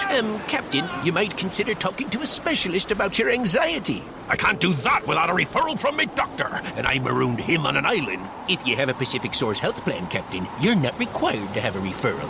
Pacific Source health plans, you say? Excellent. I've done some of my best work in the Pacific. No referrals required to see a specialist. Just another way Pacific Source health plans goes beyond what's required. Visit PacificSourceMembersFirst.com. 99.9 KISW, The Rock of Seattle. Well, we don't talk about death a lot, in life, and so whenever you see a survey where people go, "Hey, let's talk about death," I got a buddy of mine up north who he does seminars and stuff about it. Oh, there was who just died. I'm like, okay, wow, it really got dark. Yeah, sorry. Well, another buddy of mine did die, but I didn't want to bring that up. But you did. Yeah, well, So in this survey, they're talking about, okay, you're done, it's over. What would you like to have done with your remains? Okay. Which I will say, if you've had a pet pass away, I feel like this has been there because when our pet passed away 7 years ago, we had an option to do something with the pet's remains. Yep. Yeah. So same when Lucy, we have Lulu now, so not to get confused. Lulu's still with us, but Lucy, when she passed away, the vet was just like, "Would you like the ashes, or how would you?" We also provide a service. I don't know if that's the right term, but they said we can spread the ashes over Commencement Bay with the other dogs that have unfortunately had were turned into ashes as well. And I was like, Lucy was a very playful dog and liked being around other dogs, as silly as it sounds. I was like, yeah, let's do that. Yeah. It's like, that seems like a cool idea that her ashes are being spread with other puppies on Commencement Bay.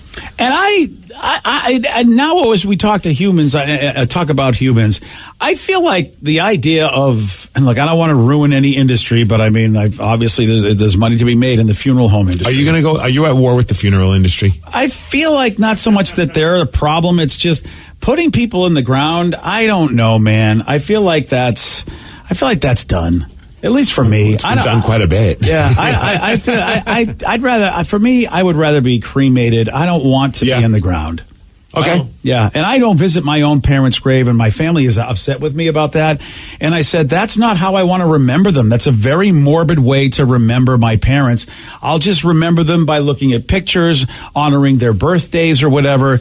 But my family is so mad at me because they go, you haven't been to mom and dad's grave in so long. That's an old school way, yeah. My parents, my mom would always want to make it once a year to visit her, her dad. And it was like a whole event where we would all go, and it's very depressing. It's very depressing, and I was always that person that said, "This is morbid. You know what's happening down there, right? I don't want to go to a place where I know what's down there." What happens when the zombie apocalypse happens? Then you can't come back, BJ. That's good. I don't want to be back. And they'll be like, you never visited me. I know that. Yeah. In fact, you complained about it. You're first to go. Yeah. Oh, I see. So my parents are coming to get me. Well, if I was them, I'd be like, yeah, this son of a bitch didn't want to see us, but his brother, he came and visited us. We'll give him a head start. Okay. Oh, that's great. Unless they give my brother a head start. That's nice. So, yes, it turns out I'm not the only one. When it comes to how people want to be, like when they're done, how do you want to be taken care of? Being cremated is the way that most people want to go. And having your ashes spread somewhere, that's always a tough one because a lot of people do not want you throwing dead ashes anywhere near wherever their place is. Well, yeah, if you don't give them a heads up, like you can't just go to a ballpark and just start spreading ashes on the grass. Or Disneyland, it's very frowned upon. Is it? Oh, yeah, because a lot of people tried to, because of course they have the Haunted Mansion, and so a big thing to do, and in Pirates as well, the people take their ashes and try to dump them in the water. Dump them in the water of Pirates or in the Haunted Mansion because it's like 999 happy haunts here. There's always room for one more. So people are like, he loved this place. We're gonna leave him embrace and like create like a little spot for people to do that. You would think they would, but they don't. Your ashes here. No, you get kicked out, and I think banned from Disneyland if you do it. Ooh. Whoa, Disneyland does not mess around. And Mickey takes it in the back room, puts a shirt over your head, and just like, yep. Yeah, don't be an ash. Yeah. Don't do this. People like to be buried under a tree. Oh. Okay, which I mean, all right, that's kind of cool if it's somebody's favorite tree spot. Or I like when they they take your ashes and put it in a spot and then plant a tree on that spot. No, are the ashes being buried in a tree or an actual human body being buried? I think it's the human body. Because they said the most popular one was being cremated, and then another was being buried under a tree. I know that the trend of natural burial is kind of becoming more of a thing. What does that mean? Where like they human fertilizer or something? Basically, they wrap you in just like a cloth, and then there's specific areas where you're allowed to do this, and they'll bury you in the ground, and you literally become one with the ground. I feel like you have that massive signage whenever someone has to do that, just so that you know it's not like some weird like mobster like just picking a random tree and burying a body. Because people will probably call the cops if they see what looks like a human body being dug up or dirt being dug up and throwing it in there. You're like, wait a second, this is crazy. Yeah, I think the whole ashes to ashes, that's why I think dust to dust is like, that's why cremated to me is like your ashes and dust. It's like, it seems like the way to go.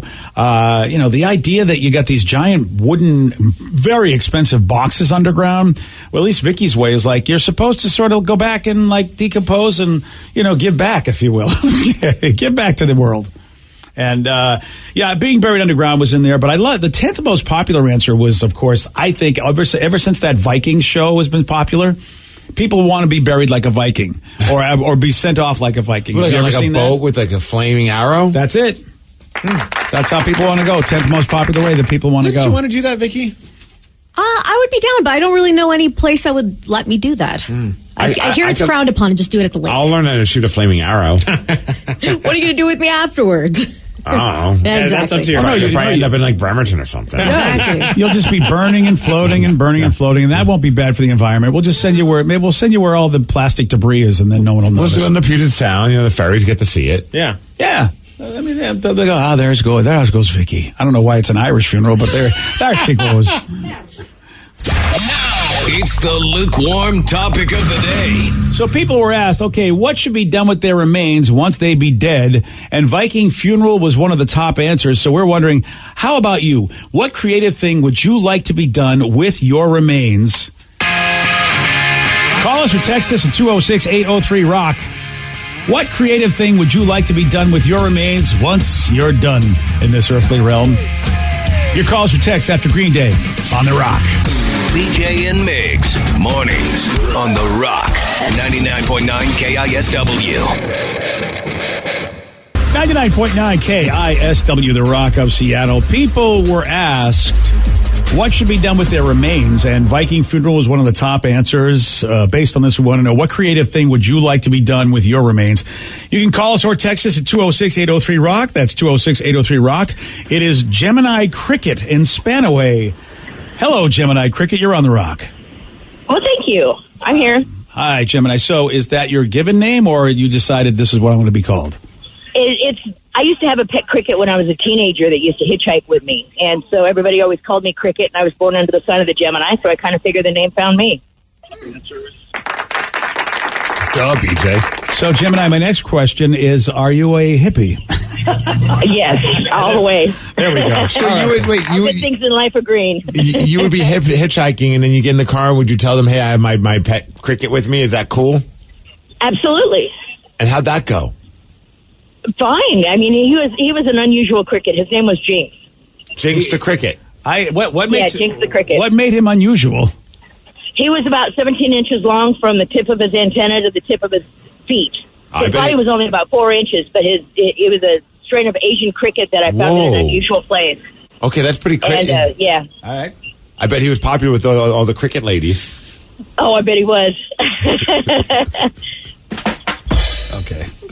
All right. Well, Gemini, I can't wait for this answer because you've already lived quite a creative life. How would you like when you pass away, what do you want done? Well, we live in the very first state that is allowing an additive of chemicals to your body when you die that will turn over at the end of 30 days, and at the end of either 50 or 90 days, you're ready to plant as a tree. Whoa. It's plantable soil. So that's what I want to do. So you're saying that they can turn human remains into plantable soil, and we're one of the only states that actually has that process? That is true. Yes, we were the first state. I think there's two more now, but we were the first state to make it legal. You know what? Look, Gemini, it's hysterical just because most of what you said, I'm like, okay, man, and peace out. But actually, I like that. I think that actually is a very good way to give back, get trees back, provide oxygen, and have you basically, contribute to future generations. I actually like that. So you're saying? Me too. Yeah. Hey, Gemini, real quick, is the cricket still with you? No, he only lived about 6 months, but the nickname lasted a lifetime. Oh, wow. 6 months. Yep. Did he just natural causes die, or did you sit on him? Yeah. Oh, no, I didn't sit on him. He had the little front pouch of my backpack all to himself with his own little habitat. How long do crickets usually live for? About that. 6 months? 6 months, okay. Yeah, 6 months. Yeah. That sucks. I guess if they don't have a brain that knows that stuff, they're probably living life. They don't know. Well, hey, if we didn't know that 80 years was 80 years, we'd think we would live to 1,000, right? Hey, man. It's too... I didn't get a lot of sleep Gemini last night. Cricket, everybody. There you go. Just too much. That's the kind of conversation you Cracking have. overtime game kept me awake, man. Those are the conversations you have with somebody who you pick up as a hitchhiker who has a cricket in her backpack. Those are the conversations you have. Very true. Yeah. Oh, man, the 70s. A special time. Hey, it's our buddy Penelope in California. Penelope, you are on The Rock. Hey, morning, guys. All right, Penelope, so you did. What are we going to do with you? So I actually want to be cremated, but I want my ashes to be pressed into gems. Oh, really? Yeah, you can have them pressed into 3-carat size. I believe you can choose. It's tens of thousands of dollars. But, I'm not doing that. Someone else's problem, not yours. I'll have that pre-set up. You know what I'm saying? That's what life insurance is for. I want that money. I mean, seriously, let me inherit that money, and then I'll just throw you in the backyard. Come on. Leave all your money to BJ. So you're just going to steal the money and not do what she asked? Yes. Okay. Fair. Wow. A lot of people you are can saying actually do it that. from sorry. No, I said a lot of... You can actually, sorry. Are you really sorry? She's not sorry. No, I'd like to try this again to see which one of you actually gets to go. All right. I'm going to give you a second. One of you is going to speak, but which one will it be? Okay, congratulations. I kind of wanted to start talking and have her go sorry again. She's just throwing these sorries out left. I was just going to say a lot of texters were saying they want to turn their ashes into jewelry as well. Why? Back to you, Penelope. Because then you'd be the family jewel. Yeah. Okay. That's really You want to do this too, Vicky? Yeah. I've heard of people talking about like starting a big old necklace and then you just have like all your family members on like this bedazzled, ginormous necklace. How badass would that be? It sucks for the youngest person. They're going to go around rocking this thing all the time. I mean, yeah, or they can have it on display, but you'd look like a cooler version of Mr. T, just big old bling. I guess if that's what the family wanted, I'm okay. But if I'm saying this is what I want, I feel like that's super selfish. How much does a funeral cost? It costs thousands and thousands. It costs the same amount. I'm with you on that, Vicky. I'm not a funeral person either. I think they are again, I don't want to hurt industries. I understand it's a big business, but I think it's a colossal waste of time. Almost as a colossal waste of time as some weddings. I won't mention any recent weddings. But, who got married recently? Somebody, I don't know. Well, I see my daughters in the room. I would be fascinated. Just in case. I mean, no parent ever wants to have to do this, but just in case, let me be sure I understand how you want to go so that I can ignore it. I'm so glad we're having this conversation so it's on record and everyone knows in case I do die, which would be devastating. Now, I really do want to be buried because I think all of you guys would want to visit me probably once a week at least. But what I want to be done is Wow. What I want to be done is going to be harder if I'm not in ashes because I want everyone to eat me. Oh, I knew it! Yes. You know what? You're like Old Bay and we want to season our food with you? Exactly. Have you just binged Yellow Jackets? What the hell are you talking about? So if I die and I get turned into ashes, this will be easy because every funeral needs food. Someone can make some home-baked cookies and just sprinkle a little Sarah in there. Why do you want people to eat you? If my body's still intact... Does she not understand? Does she hear herself? I'm thinking you guys could cut off maybe my legs. Why do you want this? Somehow, it'd be like barbecue or something. But then you'd bury the top half of me. No offense, Sarah. You're kind of, you're very slim. You're very petite. Okay. I don't think you'll be very flavorful. Just throw some barbecue sauce on me or something. Everything's good with some condiments. Are you two concussion protocol? Why is this conversation happening? I don't know what it is. Good question. For years, I've always want at my funeral, I'll be looking above and you guys will all be eating me. Why do you think eating is a great way to honor you? You won't know. I'll never find out. Do you understand eating humans is not cool? People eat animals and stuff and they're good. So I feel like we're probably kind of tasty too. Does Johnny Roberts know this? Oh, he does know this. And how does he feel about this? Probably on the same boat you are. Oh, he hasn't even answered it. Yeah, I think he said, no, I'm not going to, no. Yeah, well, this is a boat. I would love to jump inside his ears and know what he's really thinking when he said that. Probably going, what the hell did I just marry? Hey, he's known this for years and he still married me. That's a very good point. This is my one wish. You're not getting it. Well, I'll tell you right now. I'll be the ghost from hell then for the rest of your life. You mean you'll be like you are normally? Yeah, actually. Okay, perfectly. I guess I'm used to that. Yeah. Wow. All right, let's go to... I'm going to hard pass on that one. No. I'm with you, buddy. I'm coming to your funeral. My family jewels idea doesn't seem so bad now, huh? I came to your wedding. I'm not coming to your funeral. It's just going to be just as much of a party. It is not going to be a party where you're eating people. We'll be in Vegas. You guys will just eat one person. All right, I want my wedding at the same place I had my, or I want my funeral at the same place I had my wedding. Now, if you get Gordon Ramsay to kind of prepare it, maybe I might be in. Put in a nice little Beyond Burger for you. Oh, God. Well, it won't be Beyond Burger at that point. Yeah, at that point, you kind of ruin the vegan thing if you're eating a human being. I don't know. I got to check the laws on that. Yeah. Oh, do you? Yeah. I guess you're right. You're not supposed to have animals. It didn't say anything about humans. Yeah. Because we don't know. The animals really can't consent What to if it. that was really what was going on in the vegan community, that they're actually getting all of their protein from eating humans?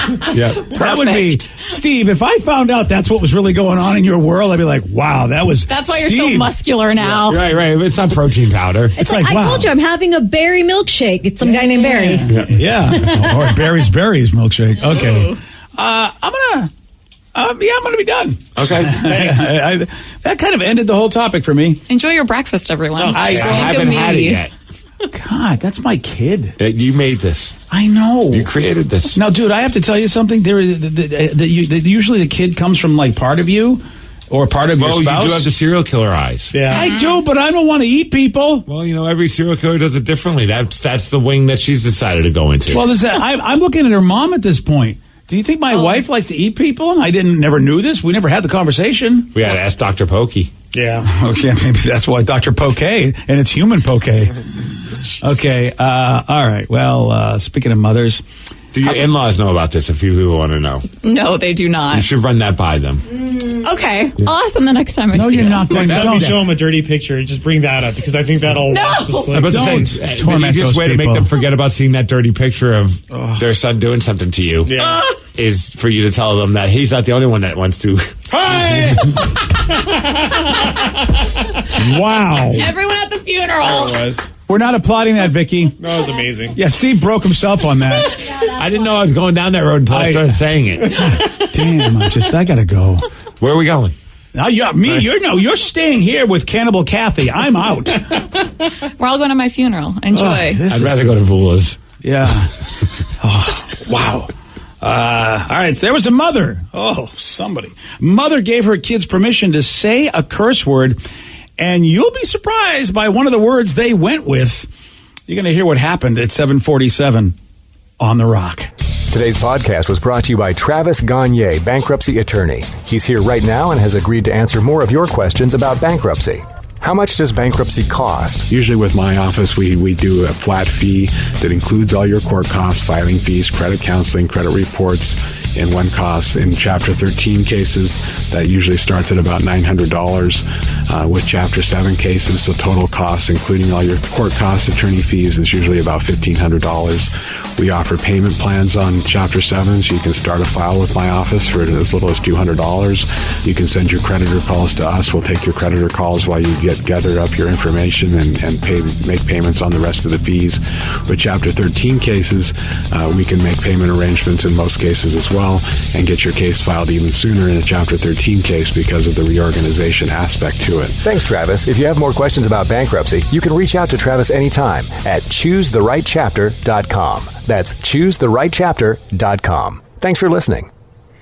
Hey there, it's your friend Stormy Warren here, and I want to invite you to my new home, the Big 615, exclusively on TuneIn. It's the official home of country music broadcasting live from Nashville to the world. Get the latest on country music, from your favorite artists to the hottest songs climbing up the charts. Oh, and it's commercial-free. Hear it all on the Stormy Warren Show, weekdays from 7 a.m. to 1 p.m. Central. Download the free TuneIn app from the App Store. That's TuneIn. Or ask your device to play the Big 615 on TuneIn. Have you or a loved one been injured in an accident? Are you struggling to recover fair compensation? Look no further. At Phillips Law Firm, the experienced personal injury attorneys will fight for your rights and get you the justice and compensation you deserve. They handle a wide range of cases, including car accidents, slip and falls, medical malpractice, and workplace injuries. Justice is a phone call away, so don't wait. Call today for a free case review. Call 1-800-JUSTICE or visit justiceforyou.com.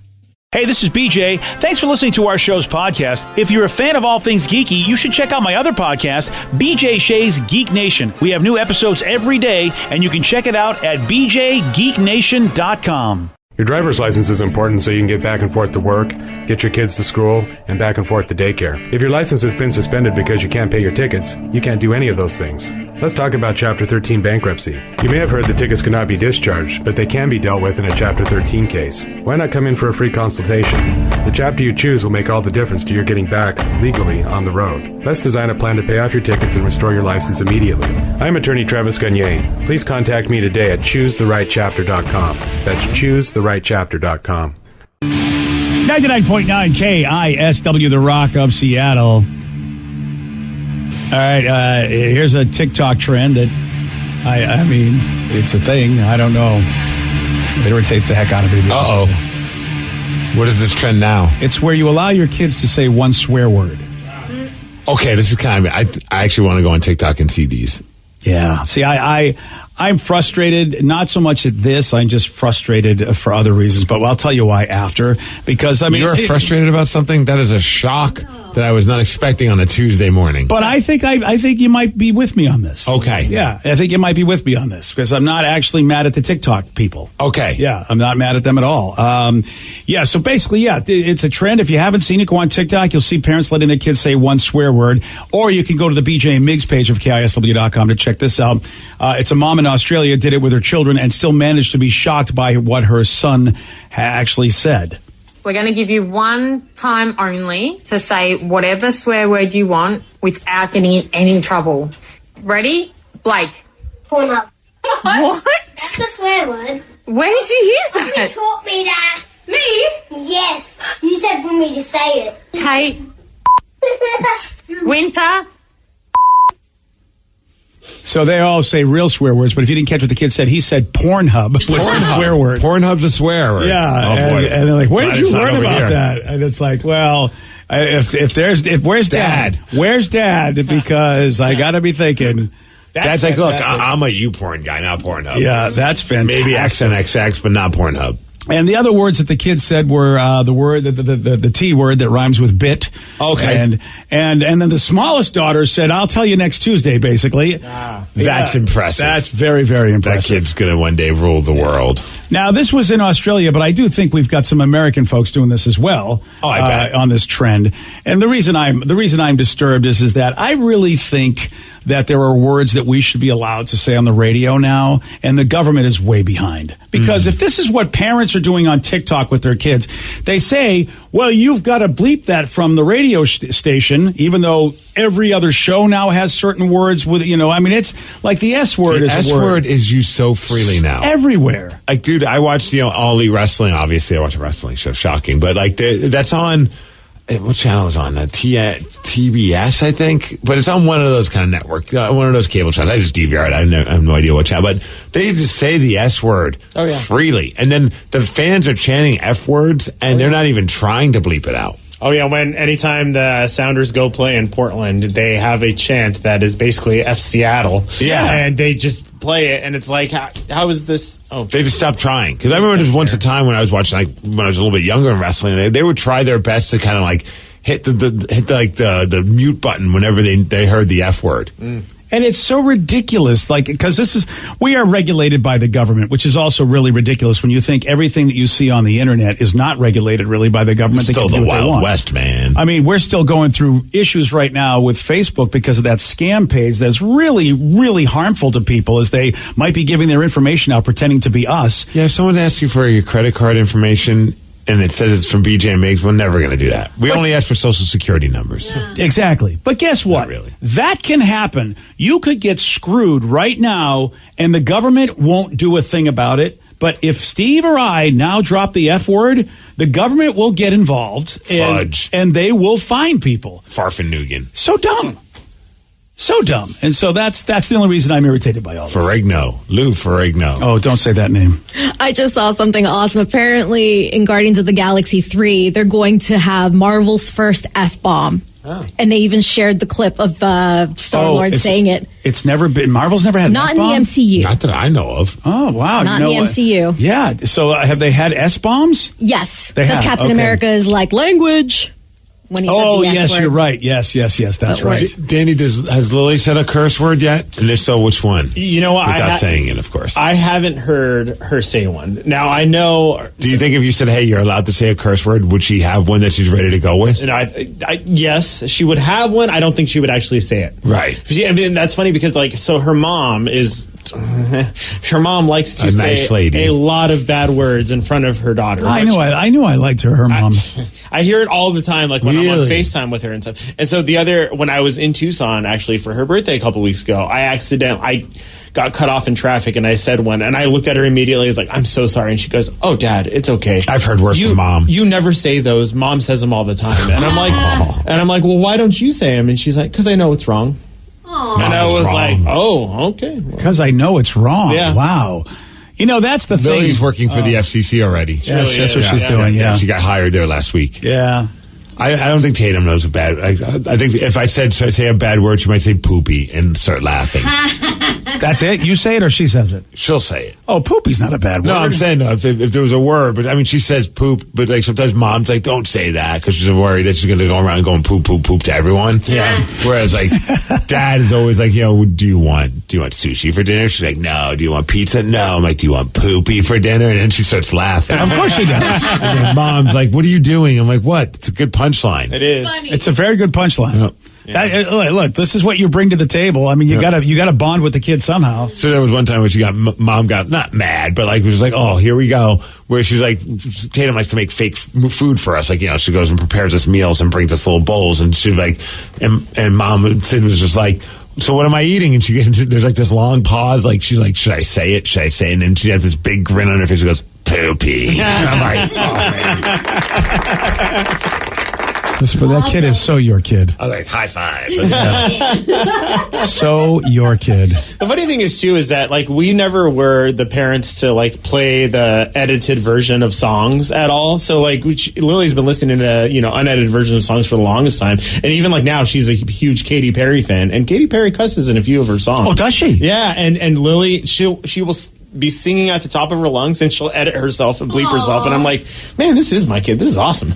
See, I wish my little brother would do that. He loves to swear, and he loves to get people's reactions. What's the word? What's the word he likes? He loves the S word. Okay. Oh, well, again, like we said, that word, I don't know, man. Yeah. And he likes hell, so he'll be like, what the heck? And then if nobody reacts, he'll be like, what the hell? And then everyone, of course, like, stop saying that, and he just laughs. So it's hard to punish. Oh, his head is like, I'm just S-ing you guys. Don't worry about it. So the HE double hockey sticks is still a problem for certain people, huh? I just don't want him saying it at daycare and getting him getting other kids. Oh, I don't know. See, I thought that word was acceptable. Like that wouldn't get you in trouble. That could get you in trouble at daycare. I don't know. I don't want to risk it. And No, I got in trouble when I was a kid for saying hell. Well, that I get. And then my mom picked me up and she cursed me out. And then the teacher's like, "Oh, maybe she wasn't this kid. It's the mom." My mom was the same way. Boy, they never wanted to talk. They talked to her one time because they thought, well, that's who you talk to. Yep. Then they always ask for my father. Yeah, my mom's the sweetest woman, but she was dropping F-bombs back when I was younger very freely. And to the point where other moms were like, hey, when my kid's at your son's house, can you stop cursing? Because he comes home with new words. Oh, man.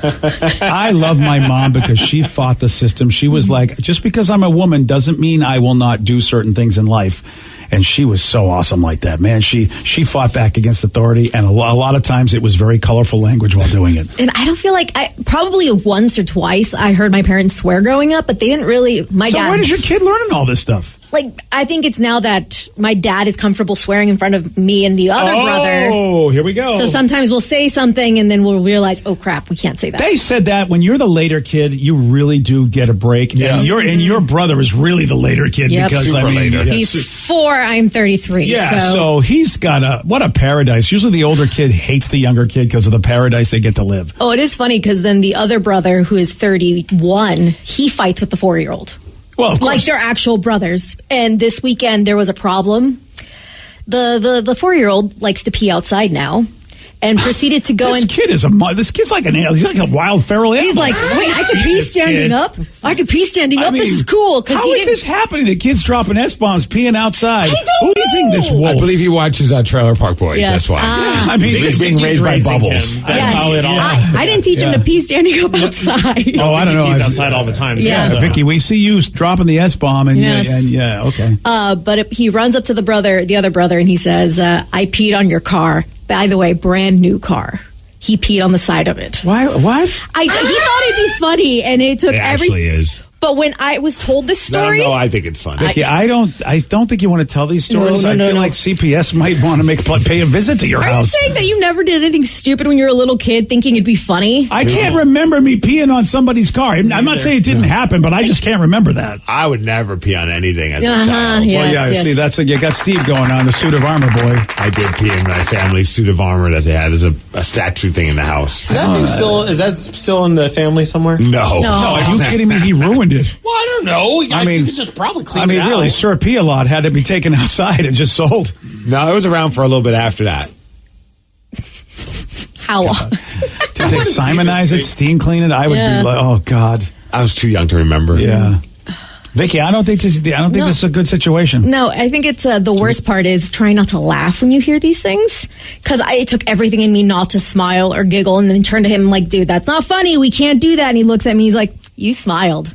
I'm like, dang it. Yeah, he knows that. He knows that. Besides, it is funny, but he shouldn't do it anyway. What is going on with do it on the door, on the tire? I think on the door. Yeah. And then my brother made him go and clean it up. He okay, you have to go clean it. You did this. This is not okay. Okay, well, I applaud that decision. Yes.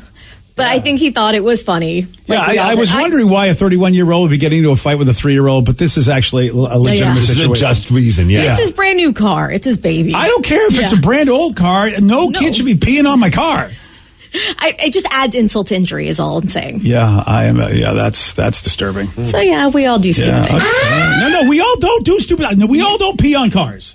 Well, speak for yourself. One time in San Francisco, I did on a cop car. I don't need. Yeah, that's right. You did. And I pee on BJ's car every day when I get to that's work. great. So. Well, you guys are all right. In all fairness, I was on mushrooms at the time. I feel like a better parent now. When I hear these stories, I go, you know what? I'm not a bad parent. Whatever your daughter just shared with us, she wants us to eat her when she dies. I don't She know. shared information about how she would like to eat another human being before. I don't know where she gets this. You. Yeah, you. No, she doesn't get that from me. Have you ever heard me ever once in your life go, here's an idea? No, we have never heard it, but we see it in your eyes. Yeah. Serial killer eyes. All right. I'm going to go anywhere. I'm going to go anywhere but here. There was a recent online chat, and here's what they asked. They asked, hey, do you work with a bunch of a-holes? Easy answer, yes. What they asked was, what is something that you learned embarrassingly late in your life that your kid's a cannibal? Well, we'll talk about this at 8:17 on The Rock. BJ and Migs, mornings on The Rock, 99.9 KISW.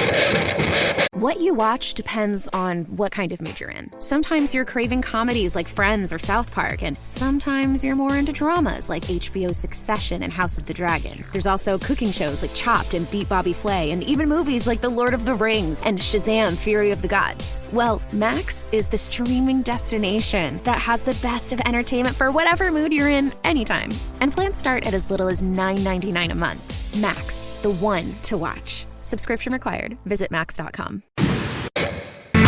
99.9 KISW, The Rock of Seattle. There's a thread online where people are sharing the things that they learned embarrassingly late in life. And of course, as an okay boomer, I'm like just rolling my eyes at all these. I want to see if I'm guilty of any of these. Okay. This one here, I don't understand. That the porta potty doesn't somehow know when someone's inside. The sign only changes to occupied when you physically lock the door. Why would you go into any bathroomish kind of a thing without locking the door? The more people I do see this, like especially at the ballpark, you go, I got to go use the stall, and there's a dude in there because the door's wide open, and then there he is. I'm like, why are you not locking the stall? Some of them don't lock.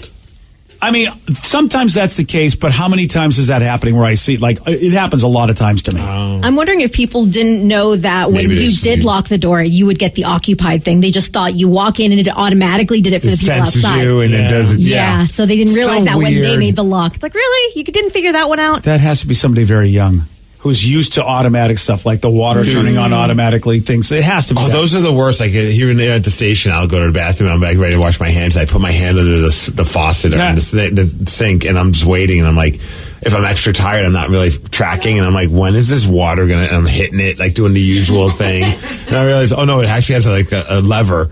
To turn the water on. I'm an idiot. I like the ones at SeaTac, at the bathrooms at SeaTac, because they have the lights on top. Yes. So it has, but it's still, they're activated when you lock it, right? Yeah. Exactly. Although I still get nervous whenever I go to a bath. Even last night, I go into in the press area for the crack, and they have like bathrooms. Like they're not just like you just walk. Like you have to actually turn the knob and open the door. And I'm like, well, I still have that fear of opening up a door and there's somebody in there and they didn't think to lock it. You know what I mean? Like there's like. And that's all I want to do is like all of a sudden I'm opening it up and there's, John Forsland taking up, number 2. And I'm like, that's cracking hockey, baby. Oh my God. That didn't happen. That's disturbing. Could you imagine? I would love it. It would be all on that person though. I know, but still it's the worst. That's like one of the visuals you don't want to see. I mean, I've had that happen before with sharing hotel rooms. And you're like, dude, lock the door. It's not that hard. We're literally sharing a room, and at some point someone's going to have to go to the bathroom. You're proving it, I'm proving it, and you're like, what?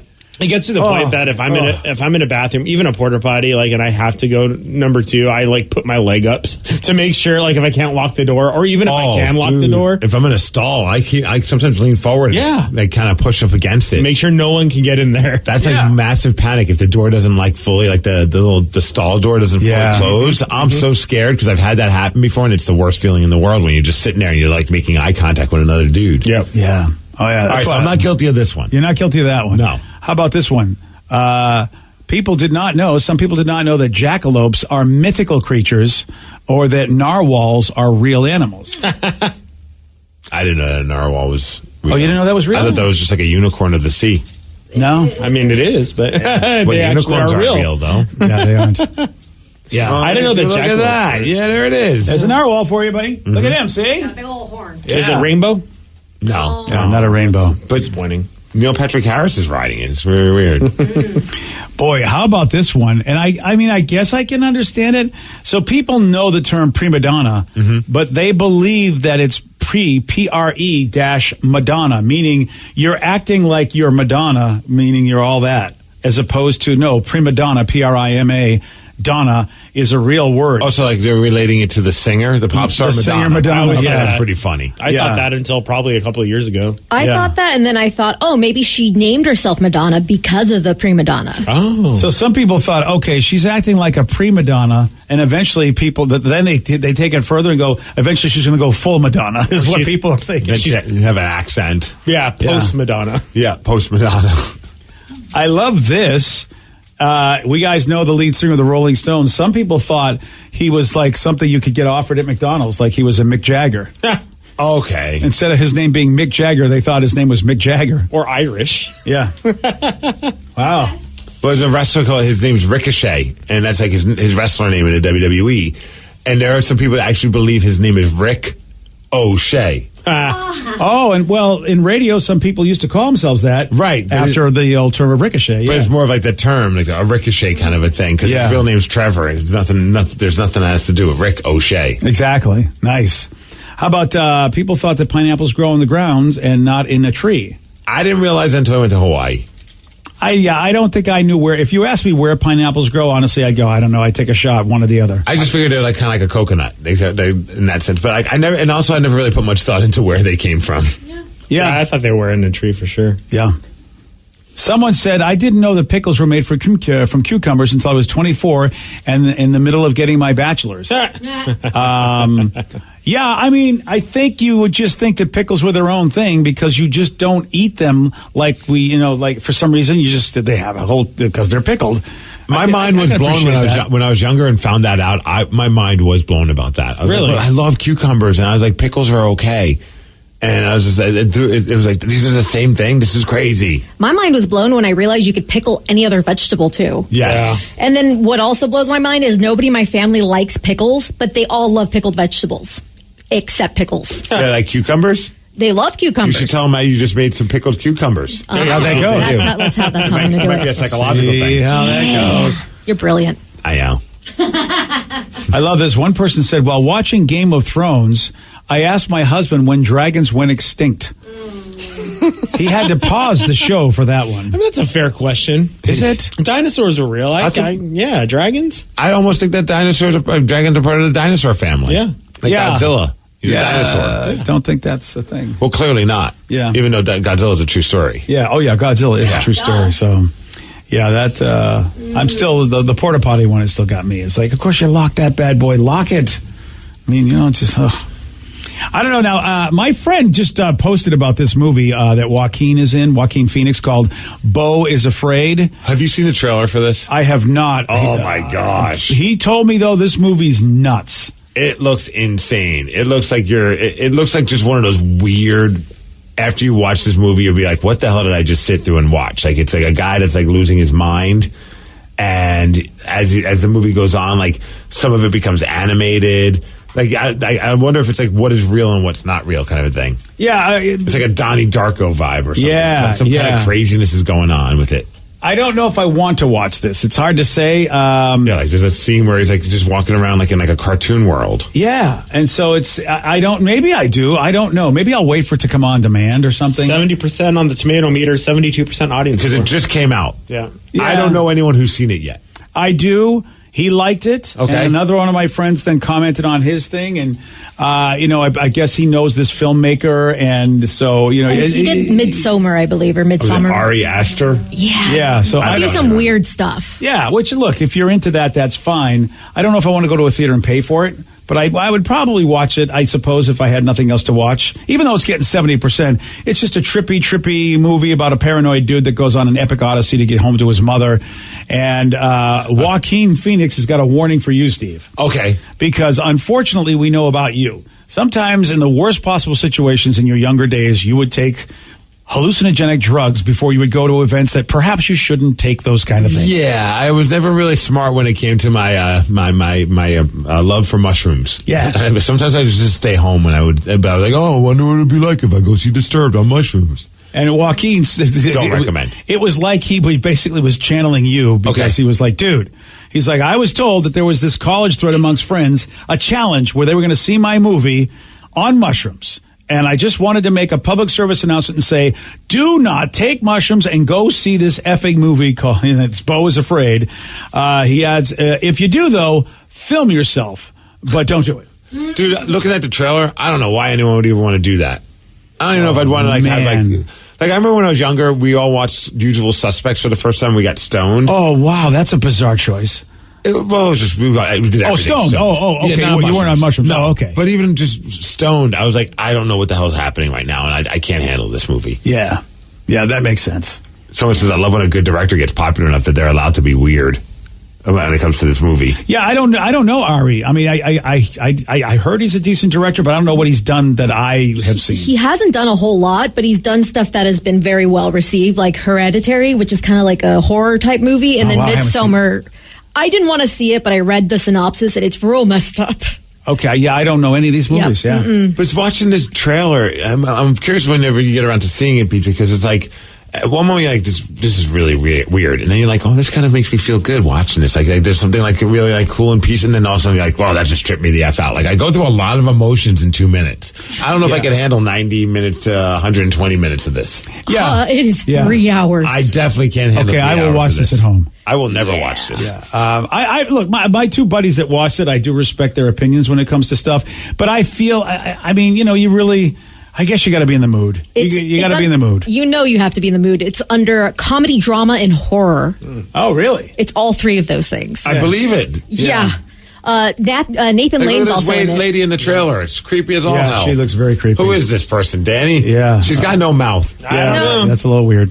Parker Posey's also in this, which I know Parker you Posey. love. Yes. Yeah, and Nathan Lane. Yeah, I mean, it looks like it's got good people. My friends say they like it. The critics and the audiences are all so far. Yeah, I mean, so I'm gonna but you know what? I got so many services. This is a movie that'll probably be out maybe in 3 to 6 months on one of my services. Yeah. So I mean, I can wait for that. I can wait then. I'm busy right now watching a movie anyway. Oh, wow! I didn't know you were doing. Someone even texted asking if any of us have watched it yet. The new Creed movie. Oh, is it Creed 3? Is it called? Creed. This is the one that was all the controversy because Sly Stallone and Michael Jordan were not getting along, right? Right. Apparently, Michael B. Jordan kind of took control, being like writing, directing, or whatever. Like this is more of his thing, and I think Sylvester Stallone. Like apparently, there's a falling out, but I've heard rumors also they've kind of like they're cool now, but I don't know what's true and what's not. Depends on who you ask, but. So far, so good. Oh well, that's good to know. Since there was this falling out, yeah, it's got like a good, nice nods to the old Rocky story in it, and obviously it's a different vibe because of Michael B. Jordan. But I love it so far. Creed 3, great reviews too. Yeah, 96% on the audience and 89% tomato. 99. 96 on the audience. Audience says 96. 89. Critics say 89. 89. That's good for a movie. That's good for a third movie. Yeah. I mean, this is the third Creed movie, which my brain can't even believe. Honestly, I forgot. Oh, the second one was because it was Drago's kid was involved. Yeah, that's right. If my kid lives, he lives. Yeah, well, so far, like the premise is really cool. Yeah. Like the story seems really cool, and obviously, I'm not very far into it because we watch things in like little chunks. But we're about like 40 minutes in. So far, so good. I gotta bring myself to watch these movies. I have them both stored on my DVR. Creed and Creed 2. Oh, you haven't seen either one? I know. I don't know why I don't want to see them, but I just don't care. It's because of your unconscious bias towards Rocky Balboa. You're probably right. I mean, you're probably right. There's movies that I have on my DVR that I know are good movies. They're well received. You're doing it to spite me. I wish I could say that, but there's other movies on there that have nothing to do with you that I haven't watched either. It's like movies I know I'm supposed to want to watch, but I haven't, and I already got guilt. I'm like a couple of episodes behind on Dave. That his third season just dropped, and I'm behind on that. I'm a little behind too. You're way behind on the whole Dave. season. Yeah. And it's good. Every time I watch Dave, I go, all right, whatever. And then I watch and I go, wow, that was really a good episode. Because, Dave has a lot more going for it than just what you think. It's got a lot of heart in it. So I said it didn't have to do the beef between Sylvester Stallone and Michael B. Jordan, according to one texter, says it was more about Sylvester and the owner of the rights to the movie. He has issues with those people, but he does have a lot of love for Michael B. Jordan. Oh, I didn't realize that. I wonder how Michael B. Jordan got all mixed up in that storytelling. Sly's brother. Because that's where I first heard about Frank? it. Frank. So Frank is a real rabble-rouser on social media, BJ. Frank, frankly, I don't care about Frank Stallone. Why was he even involved with anything? I find great humor in reading Frank Stallone's posts. Come on, this is how he's staying relevant. Oh, yeah. Well, he's always shown me how relevant he is because he's never, I don't know. He's as relevant as his brother will be. He kind of rides those coattails. Exactly. Yeah. Yeah, and I've always thought of him that way. It's like, Frank, give it up. You know what I mean? Let your brother be the guy. All right? You can just, get a check. Whatever it is. He's gotten a lot of checks from his brother. Yeah, good for him. Nothing wrong with that. All right, so you're liking most whatever you've seen of Creed 3. You're liking that? Yeah, like the first chunk of it is great. I'm liking season 3 of Dave. Spoiler alert for Steve because he didn't see last season, but he's finally made it enough that he's on tour. Good for him. Yeah, so that's going on, and good stuff there. And that's on FX, by the way, I think, or FXX, or one of the FXs, or Hulu. You can get it on demand, I imagine. So there you have it. Well, there was this chat on Reddit where a user asked, "What's the weirdest thing you remember from the start of the pandemic?" And that's an interesting question because the thing I remember obviously is the toilet paper. The toilet paper, oh my gosh. Every time I go to Costco and I see all the toilet paper, I'm like, this is how life was before the pandemic, and it's nice to see we're back here again. Yeah, I saw one of my memories on my Facebook the other day, and it was like, we found toilet paper! And I was like, how exciting that was. We never had, I don't remember, maybe we did, and I don't remember it, but I don't remember my wife and I ever hitting a point where we're like, oh my gosh, we're running out of toilet paper. Yeah. And here's the thing that's still happening, though. I mean, there were empty store shelves. You remember that. Yes. Yeah. But I am walking into a lot of stores, and I am so shocked at how bare still some of the shelves are. It is weird, yeah. Yeah, I don't know, and it could just be the chip shortage or whatever shortage. I mean, I know, they still have issues where you can't get a new car right away in some, with some dealers. That is still weird to see. It's like, this store is not full. That's weird. The weirdest thing I remember from the pandemic for me was the uncontrollable fear of even having a tickle in your throat in public. Like going to a store and if my throat, if I ate something or drank a swig of water and it just went down the wrong pipe and I coughed for a second, the looks you would get from everyone around you, as if you just walked in with a bomb. Dude, that's big on this list too. Sneezing, clearing your throat. Yeah. Yeah. Any of that sniffle. If you had allergies, God forbid you went into a grocery store, everyone would be like, get him out of here. Or still talk He's about a zombie. Talk about grocery stores. Remembering having to do a line all the way around the whole store to wait to just get inside. Oh, the lines outside of Costco. Right. I forgot about that. We never had to deal with those ones, luckily. Yeah, no, The lines? The lines, yeah, we didn't have any lines. We did. Luckily there was but we don't go to Costco a lot. We did in the You're really malls. missing out. I still see some sometimes outside the Nike store and Marketplace in Factoria. They until I think they still have the little rope that they won't let you in unless you have. I remember we were waiting in line. My wife wanted to return something from Lululemon, and you had to get in a line, and then you had to give them your number, and then they would text you, and it was just what in the hell, man? This is so weird. We just want to bring something back. I remember just how bad I wanted to go eat at restaurants, and you couldn't go anywhere, and it was just so much ordering out and bringing it home and being this isn't the same. Kind of funny how quickly we forgot some of these things. Yeah, these are things we're talking about, the start from the start of the pandemic. What do you remember? How about this one? I mean, if you want to talk about we're just talking about movies, television. Tiger King. It's everybody, for some reason, when the pandemic started, everybody saw Tiger King. Because there was nothing else to see, and it was the one thing everyone was talking about. The news it was new content because a lot of shows weren't coming out. That Tiger King definitely was, I think, the biggest winner of the shutdown. Yeah. Yeah. You remember Jim from The Office? Who had the good news segment? That was fun. Yeah. Why can't I remember his name? John Krasinski. Thank you. Yeah. Yeah. I only knew one part of it. Yeah. I mean, he was like, he really, I think, revitalized his career. I think he started getting all sorts of stuff going on because he was Mr. Good News guy all the time during the pandemic. But if we're talking about celebrities, how about, do you remember that awful Red Rotten celebrity attempt at singing Imagine? Oh, Gal Gadot in the game. That was her, yes. Yeah, yes. That was the worst thing ever. Oh, it was God, so that was laughable. horrible. And it was awesome because on the show The Boys on Amazon Prime, they totally spoofed it, and it was amazing. They did a phenomenal job spoofing it. Like, I know our heart was in the right place, but boy, was that rotten. Yeah, it was. I'll even go like a bit further and just say just how many people all of a sudden were just coming up with content everywhere. Yeah, all the bands covering songs. Yeah, everyone was online streaming. Like, no matter what. Like, you never even owned a computer before, and then all of a sudden it's like, hey, check it out. I'm doing art live today. Yep, Zoom. Yeah. Did you know Zoom? Did you know even the word Zoom before the pandemic? No. That I still company contend that they started it all. Yeah, they probably did because look at all the money they made. I wouldn't be surprised if they said, "Hey, Wuhan, listen, here's what we want you to do." Okay. Yesterday, Steve, he did get this one right. Which Jackson family member had a role in the TV show Good Times? Janet Jackson. Correct. That's not Janet Jackson. Are you sure? I thought all the Jacksons went. No, Latoya and Michael, and that's it. Oh, that's just. Oh, yeah. Okay, sorry, Janet. You want a shot at being Steve? You got it. 206-803-ROCK. We're playing Beat Migs. We'll do that at 8:47 on the Rock. Today's podcast was brought to you by Travis Gagne, bankruptcy attorney. He's here right now and has agreed to answer more of your questions about bankruptcy. Here's another question from a listener. I'm getting my wages garnished. Can bankruptcy help with that? Absolutely. One of the big reasons people file bankruptcy is because they have a judgment or a lawsuit against them, or their wages are getting garnished, and so they can't pay their other regular ongoing bills. People sometimes think that you can't file bankruptcy once they have a judgment against them or once a garnishment has started, and that's not true.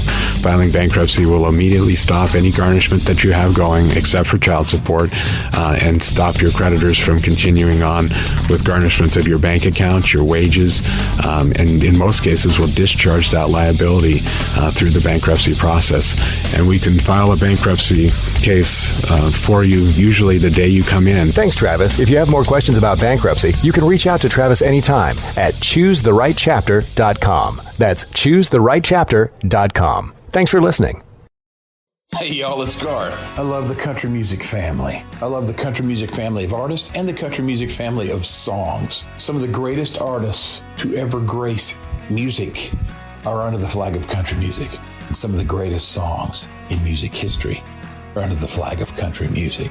The Big 615, you're going to hear the newest that country music has to offer. At the same time, you're going to hear the newest that the country classics have to offer. I want to hear the new single from George Strait, and I want to hear it right beside the new single from Luke Combs. And I think the country music family is one of those families that is very inclusive and wants both the established artists and the new artists to be side by side in this thing we call country music. Download the TuneIn app from the App Store. That's TuneIn. And by the way, yes, it's free.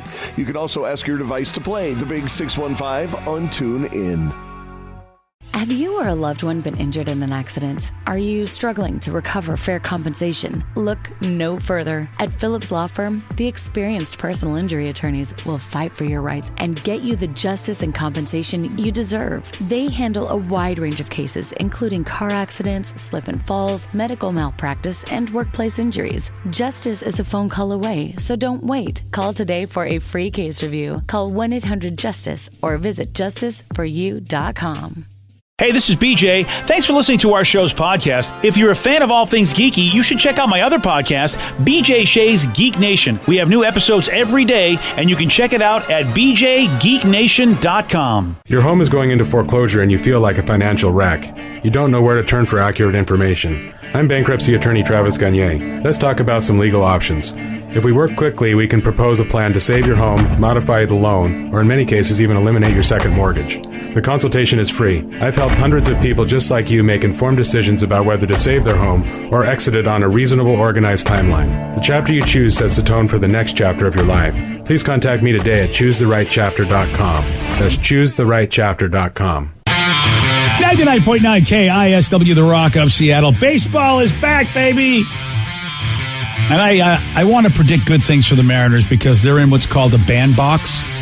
And that's what they call Philadelphia Stadium. And it's like an old term, meaning it's a very small place. Okay. So the ball should be launching.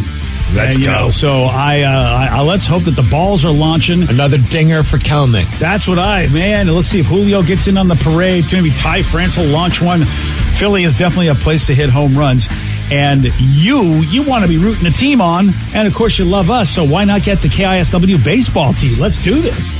And these are 3/4 sleeves and 2 different styles. And, of course, since the Mariners are on the road, how about wearing the KISW road baseball tee? That's right. You can feel like you're a baseball player. Yeah. And, of course, we have a home version, too, if you want to get that. So these are great gifts as well. If maybe you go, well, you know what, I know somebody in my life that would love these KISW baseball tees.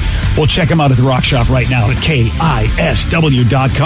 Let's play Beat Migs. It's time to play the game. So everybody scream his name. Beat Migs. Don't be a loser. Whoa, Beat Migs. You're a loser. Happy Tuesday, everybody. Yes. Look at us. The happiest Tuesday of my life. Oh, really? Why's that? Because of the Kraken last night, baby. Okay. All right. I was like, Got wait. no sleep, but couldn't be happier about it. You got a good nap coming to you. You've earned it. Oh, yeah, when I don't think that's going to happen with Tatum in my life. Oh, that's right. She doesn't understand that Dad needs a nap. I feel so sorry for you. Hey, it's what it is. I'll be taking a nap today myself. Oh, thanks. Yeah. Oh, he's going to rub it in. Yes, I am. Every parent Steve is going to do the same thing someday when he sees other people that have toddler kids. Oh, yes. And he's beyond that. Oh, it's so nice. And I can't wait for BJ to become Grandpa BJ Why? one day. Because I Why think do you it's wanna- going to be so cute. Don't wish that on me. I'm wishing it on you. Get going, Sarah. I bet she's already starting. I mean, I've seen I really don't want Yeah, we'll move on from that, right, BJ? I really don't want that in my life. I know I'm going to have to do it, but I don't, We do have a game to get to. We have Jessica from Puyallup. Jessica, are you there? I'm here. Awesome. We had somebody from Puyallup earlier. You tied. Let's see if this is what you can, what you need to get a win, Steve. Yeah, plus Jessica's tap dancing apparently. I know. That's pretty cool. All right, Steve. Get out of here. Goodbye. For those playing at home, Jessica has 60 seconds to answer 10 questions. You can pass all you want. What is it? Jessica, what is happening over there? Are you? Oh my gosh. Is it? I am in a kitchen. Hold on. Let me get you off my speaker. Are you making us breakfast? Yeah, if you were making us breakfast, amazing. No, I'm a baker, actually. Well, you can bake breakfast. I mean, there's croissants, muffins, crow muffins. There's so many things. She has baking to do, but she does have a game to get to where she only has 3 guesses per question. 10 questions. Are you ready, Jessica? I'm ready. Awesome. President William Howard Taft was the first sitting president to do what on opening day? Oh, shoot. Pass. What European country is the birthplace of denim? European denim. Oh, shoot. Pass. Denmark. No. Who popularized the song A Boy Named Sue in 1969? Oh, my gosh. I don't know. Pass. Vince Vaughn played character Peter LaFleur in what comedic sports movie? This is the worst. I'm good at, but not today. Oh my gosh. Pass. It'll come to me. Pass. Leonardo DiCaprio won the Academy Award for Best Actor for his role in what film? Who's Eating Gilbert Grape? No. Wow, that's... What? Gilbert Grape. What's Eating Gilbert Grape? No. Oh, shoot. Pass. Wolf of Wall Street? No. Beginning with a V, what automaker pioneered side airbags in the 1990s? Volkswagen? No. Volvo. Yes. Oh, right. You got one, is it? One. Woo! You're number one, Jessica. I'm going to blame the bakery and you making lovely, delicious treats. Yeah, she's a baker, Steve. Yeah, that's a good one. Yes, she's in the kitchen. She's making baking stuff right now. What's she baking? Pie. Actually. What kind? All kinds. Fruit pies, cream pies, all the pies. Oh, I like all the pies. Oh, it sold us. Yep, that second one was the one I was wondering about. Yeah. I'm a sucker for Boston Let's cream try. pies. Cream pies are fantastic. Banana, coconut, Boston. What do we got for the cream pies? Oh my gosh, banana and coconut. Yeah, those are the goats. I think I lean more towards coconut than banana. Banana. I was saying like my daughter. She goes banana. Than coconut. All right, you know what? You can have a banana cream pie. I won't say no to that. I'll send one over. Oh, that'd be amazing. That would be ridiculously amazing, Jessica. I sent you guys something like the No Names a couple of years ago. I called it the Chuck, but they're huge. Oh my God, I You remember those? Yeah. Hell yeah, we do. Yeah, that was me. Well, I don't remember those. Perhaps you could send them again, just because I don't remember. What's your bake shop called? Yes. The Vintage Baker. The Vintage Baker. Oh, wow. Very nice. Yes. I remember, didn't you have your stuff at Anthem Coffee? I did, yeah, and I go to the same gym as you. I was about to and say your wife, yeah, Migs. but I was about to say also I've run into a few times over at Northwest Fitco. Yep. Well, let's see if you got what it takes. Her to stuff beat is Jessica. good. I agree. Yes. Are you ready, Steve? All right. President William Howard Taft was the first sitting president to do what on opening day? Throw a pitch. Yes. What European country is the birthplace of denim? What European? I'm going to go France. Yes. Who popularized the song A Boy Named Sue in 1969? Johnny Cash. Yes. Vince Vaughn played the character Peter LaFleur in what comedic sports movie? Dodgeball. Yes. Leonardo DiCaprio won the Academy Award for Best Actor for his role in which film? The Covenant? No. The Reverence? No. The Resonant? No. The Rembrandt? Super close, but no. I know, it's something with an R. Sorry, buddy. Beginning with a V, what automaker pioneered side airbags in the 1990s? No. Volvo. Yes. Which continent is the natural habitat of the ostrich? I'm going to go Africa. Yes. The dish blank hot chicken is said to have originated in what southern capital city? Ooh, southern capital city. Louisiana? No. New Orleans? No. Austin. No. According to Beyonce, what did Becky have? The fine hair. No. Or the good hair. Yeah. Damn it. 1, 2, 3, 4, 5, 6. Correct. That was plenty for a win. 6-1. You're back. Dude, she's busy making pies. Cut her some slack. Sorry, That's Jessica. what I was saying. She was busy. All right, man. Thanks for letting me play, guys. You're welcome, Jessica. You rock, Thank you. Jessica. Thank you for the stuff you sent us before, and appreciate the tastiness. Yeah, awesome. I'll send you some more, okay? That's what I was Have a hoping good day, for. guys. There you go. Yeah, much love. There we go. I was really confused by the chicken question. Would you ask that again? Hold on. I need to celebrate first. I It's can't been a play- minute. I had to find it. I was like, I don't even remember where my songs are. It's been a while. It's been a long while. But you deserve it, buddy. You and the Kraken. That's why. I need the Kraken to win more. I mean, if that's what it'll take to get you to win, I will tolerate it. The dish blank hot chicken is said to have originated in what Oh. southern capital city? I was thinking I had to fill in the blank. I mean, kind of. It kind of fits into it because that's where it's from. Wait, Nashville? Nashville hot chicken. Oh, so the name of it is Nashville Hot Chicken. Yeah. I felt like if I said hot chicken, it all wouldn't right, have well, no, clicked. I mean, I would have. That actually is fair for I get that it. question. It's not a Yes. big problem. I just thought that I wouldn't have. Yeah, my brain just did not pick that one up very Yeah. well. I was Right. like, I would never thought of putting a city name for that chicken but I get why you asked it that way. All right. All right. You were so close. It was the Revenant. The Revenant. Yeah. I couldn't think of the word. You even went with like the Rembrandt. You went to which is Rembrandt like, and the Covenant. I went So with the close. Covenant. Oh my God. Yeah, you were Yes. so close. And fun fact, I just learned this today, but when I asked about the popular song A Boy Named Sue, I didn't realize that it wasn't Johnny Cash who wrote it. It was Shel Silverstein. Oh, well, how do I know The that? How kid's do I know that name? He's the kid's book writer. The Giving Tree, Where the Sidewalk Ends. He wrote that song? Yeah. It was, I think, a poem Wow. or something at first. Wow. Or a little story. Oh, But so he yeah. was inspired by that? I guess. Yeah, he was the original writer, so that blew my mind today. Dude, that's pretty cool. I never knew that. I love Shel Silverstein. All right. Well, you know what? More reasons to love him. Right? Boy Named Sue was a great song. Yes. I mean, it really typified the best way a dude could raise his kid while he was in jail. Which is really what the song was about. It's like, I needed to have you be a tough man. I'm going to be in jail, so I'll name you Sue for that reason. So, yeah, there you go. All right, well, it is time. Your time. Listeners on the Loose, where you pick the topic, you guide the show. 206-803-ROCK, that's the number to call. That's the number to text. We'll take your calls. We'll take your texts. We'll do those at 9:17 on The Rock.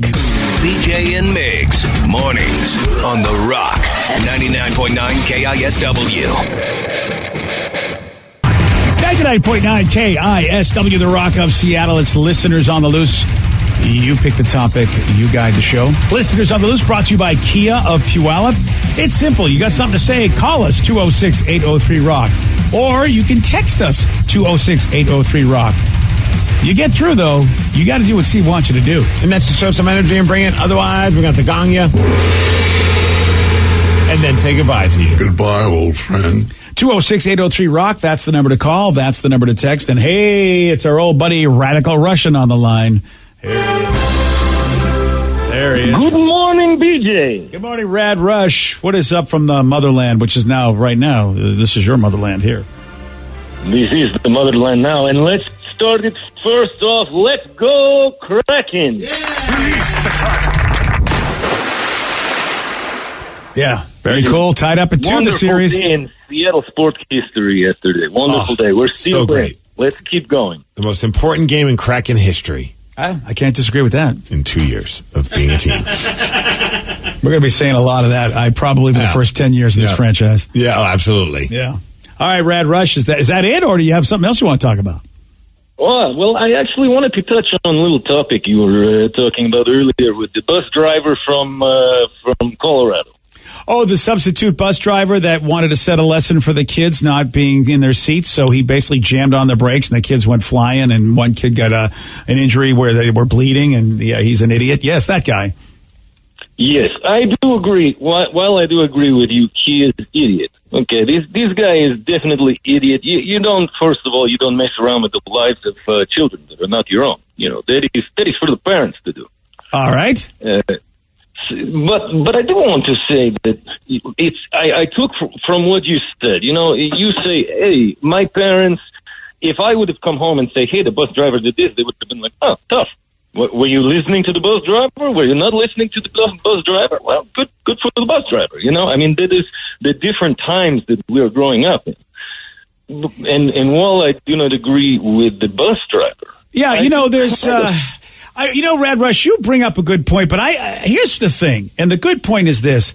Can we have a reasonable conversation about things without people getting so mad because they just are very black and white about the fact that, you know what, you really can't. I'm going to say this and may be very unpopular, but I've always been a fan of Bill Maher, and I was a fan of him when basically it was the right wing that basically got his show canceled. Like the right wing got him canceled. What was his show? Was it politically incorrect? Exactly. Yeah. And it was Republicans that got him canceled. And now he's basically drawn the ire of liberals. And I think it's so funny that he's pissed off both parties that they both hate him for different reasons, which is really interesting. How often does that happen? It's a skill that all of us should hope to possess. And in one of his latest episodes, he's got that real-time show on HBO, which is still going on. I mean, it's a big success for him. He's passed out the Cojones Awards for people standing up to unreasonable upset and unreasonable outrage. And he brought up the fact that Trader Joe's got a lot of heat because they have those, if you will, names they give that are ethnic names to, like, if they have pasta, they call it Trader Giotto's. And if they had the beer that was kind of like a Corona, it was Trader Jose. And a lot of people went nuts and thought you're culturally inappropriate and everything, and you should stop this. And Trader Joe's just basically said, no, we're not going to. We don't think we're insulting anybody. Well, a lot of times I've noticed that sometimes when people are upset, they're upset for other people that it really didn't even impact them, but they're just like, I'm mad.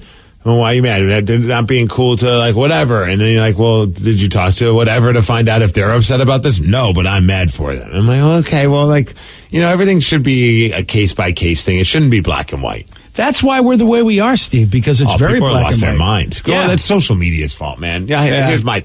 Yeah. So people like to just get on that soapbox and get mad about something, and then they forget why they're mad about whatever it is.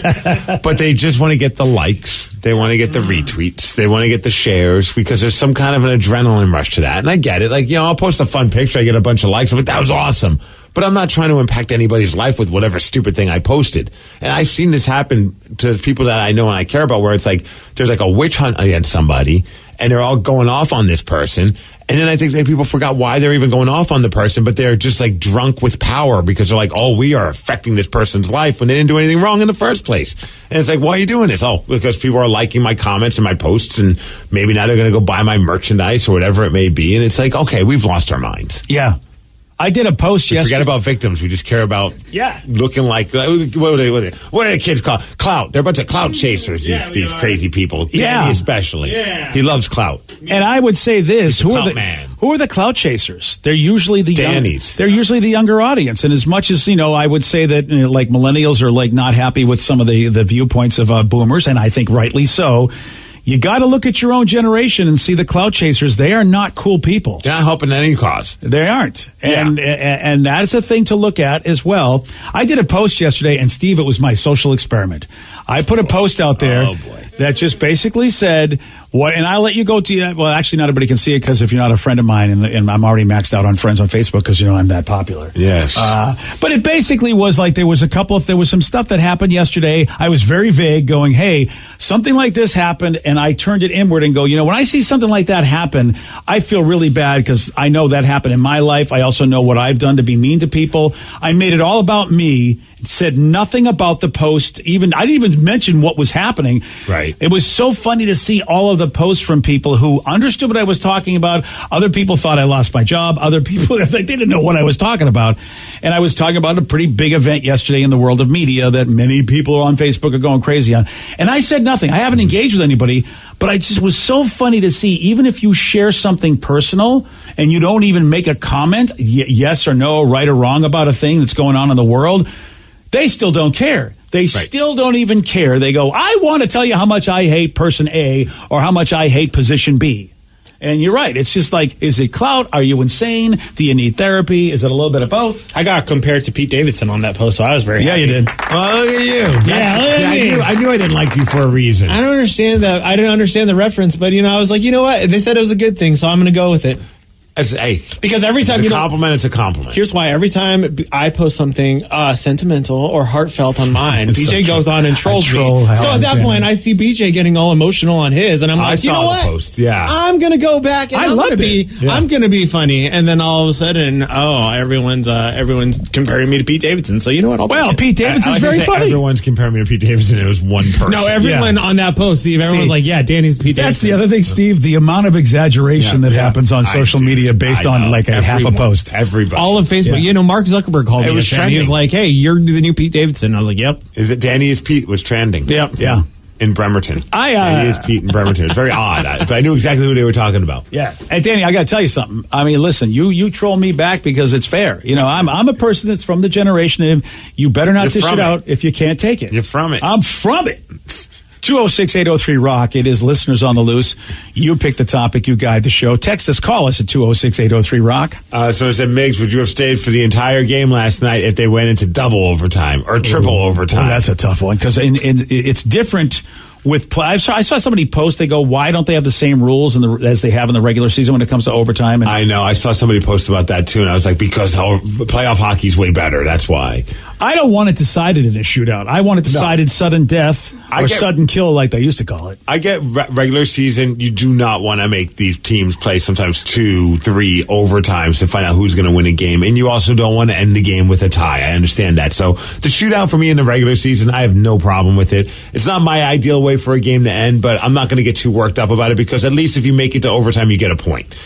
In the playoffs, it's you play until somebody scores. You don't limit the number of players like they do in the regular season. They don't dip it down to just having 4 players on the ice or 3 players on the ice. We just keep playing. So there have been games in playoffs that have gone just as long as an actual regulation game, like 3 overtimes, 20 minutes apiece, 15-minute breaks in between. It's just like the regular game. But oh my gosh, last night they go to overtime and it's already late. And I told my wife, I'm like, it's overtime. She's like, okay, well, you're going to stay. And Danny was even texting me, like, are you going to stay? I'm like, I don't think I could leave if they score and win. I would be so mad at myself. Yeah. Now, I will also be mad at myself if Colorado scores and I just wasted my evening and sleep. A double-edged sword. It was, dude. So I was really glad that the Kraken scored early in overtime, but I was fully prepared. I even told my wife, I'm like, if this goes multiple overtimes, I'm just going to go straight to work and sleep at work. Because what's the point of driving all the way back to Puyallup? It was already, I didn't get home until 11 o'clock at night by the time I dipped out of there as soon as they scored and got to my car quick and got on the freeway, I think before all the crazy traffic. But man, that was a late night. Yeah, Worth every second because it was the greatest game I've ever been to. That's awesome. Well, look, you saw our first home playoff win. and in dramatic fashion. And the energy of that crowd. A few people were telling me like this was even louder than Saturday, and they didn't even think that was possible. Yeah. Well, and that's what I was going to say, too.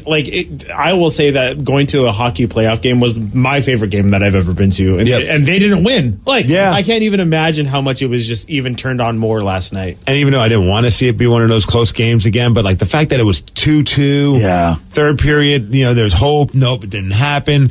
Everybody's booing the Makar guy. That was insane. That was just deafening how loud it was. And then when they finally scored and went, oh man, that place just, the roof flew off of that place. If it wasn't bolted down, it would have. It was so loud in there. And it felt like the arena was bouncing.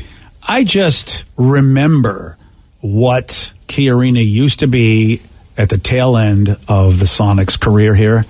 It's just not empty seats. Night and day. And also, the view of this city. We were pretty much voted right on when we lost the Sonics, right around that time, the worst sports town out of all the major sports towns in America. Yeah. By Forbes. Yeah. I mean, and I also remember when we were trying to drum up the interest for the NHL coming to Seattle, we had the Wikis on and Bruckheimer, and we had so many people texting, but nobody cares about hockey in this town. I'm like, I don't think you're right. And I mean, obviously I could say it's an opinion at that time, but now there's proof positive that this is a hockey town, and I think these last couple of games, these playoff games, have proven to the entire hockey world that this is a hockey town.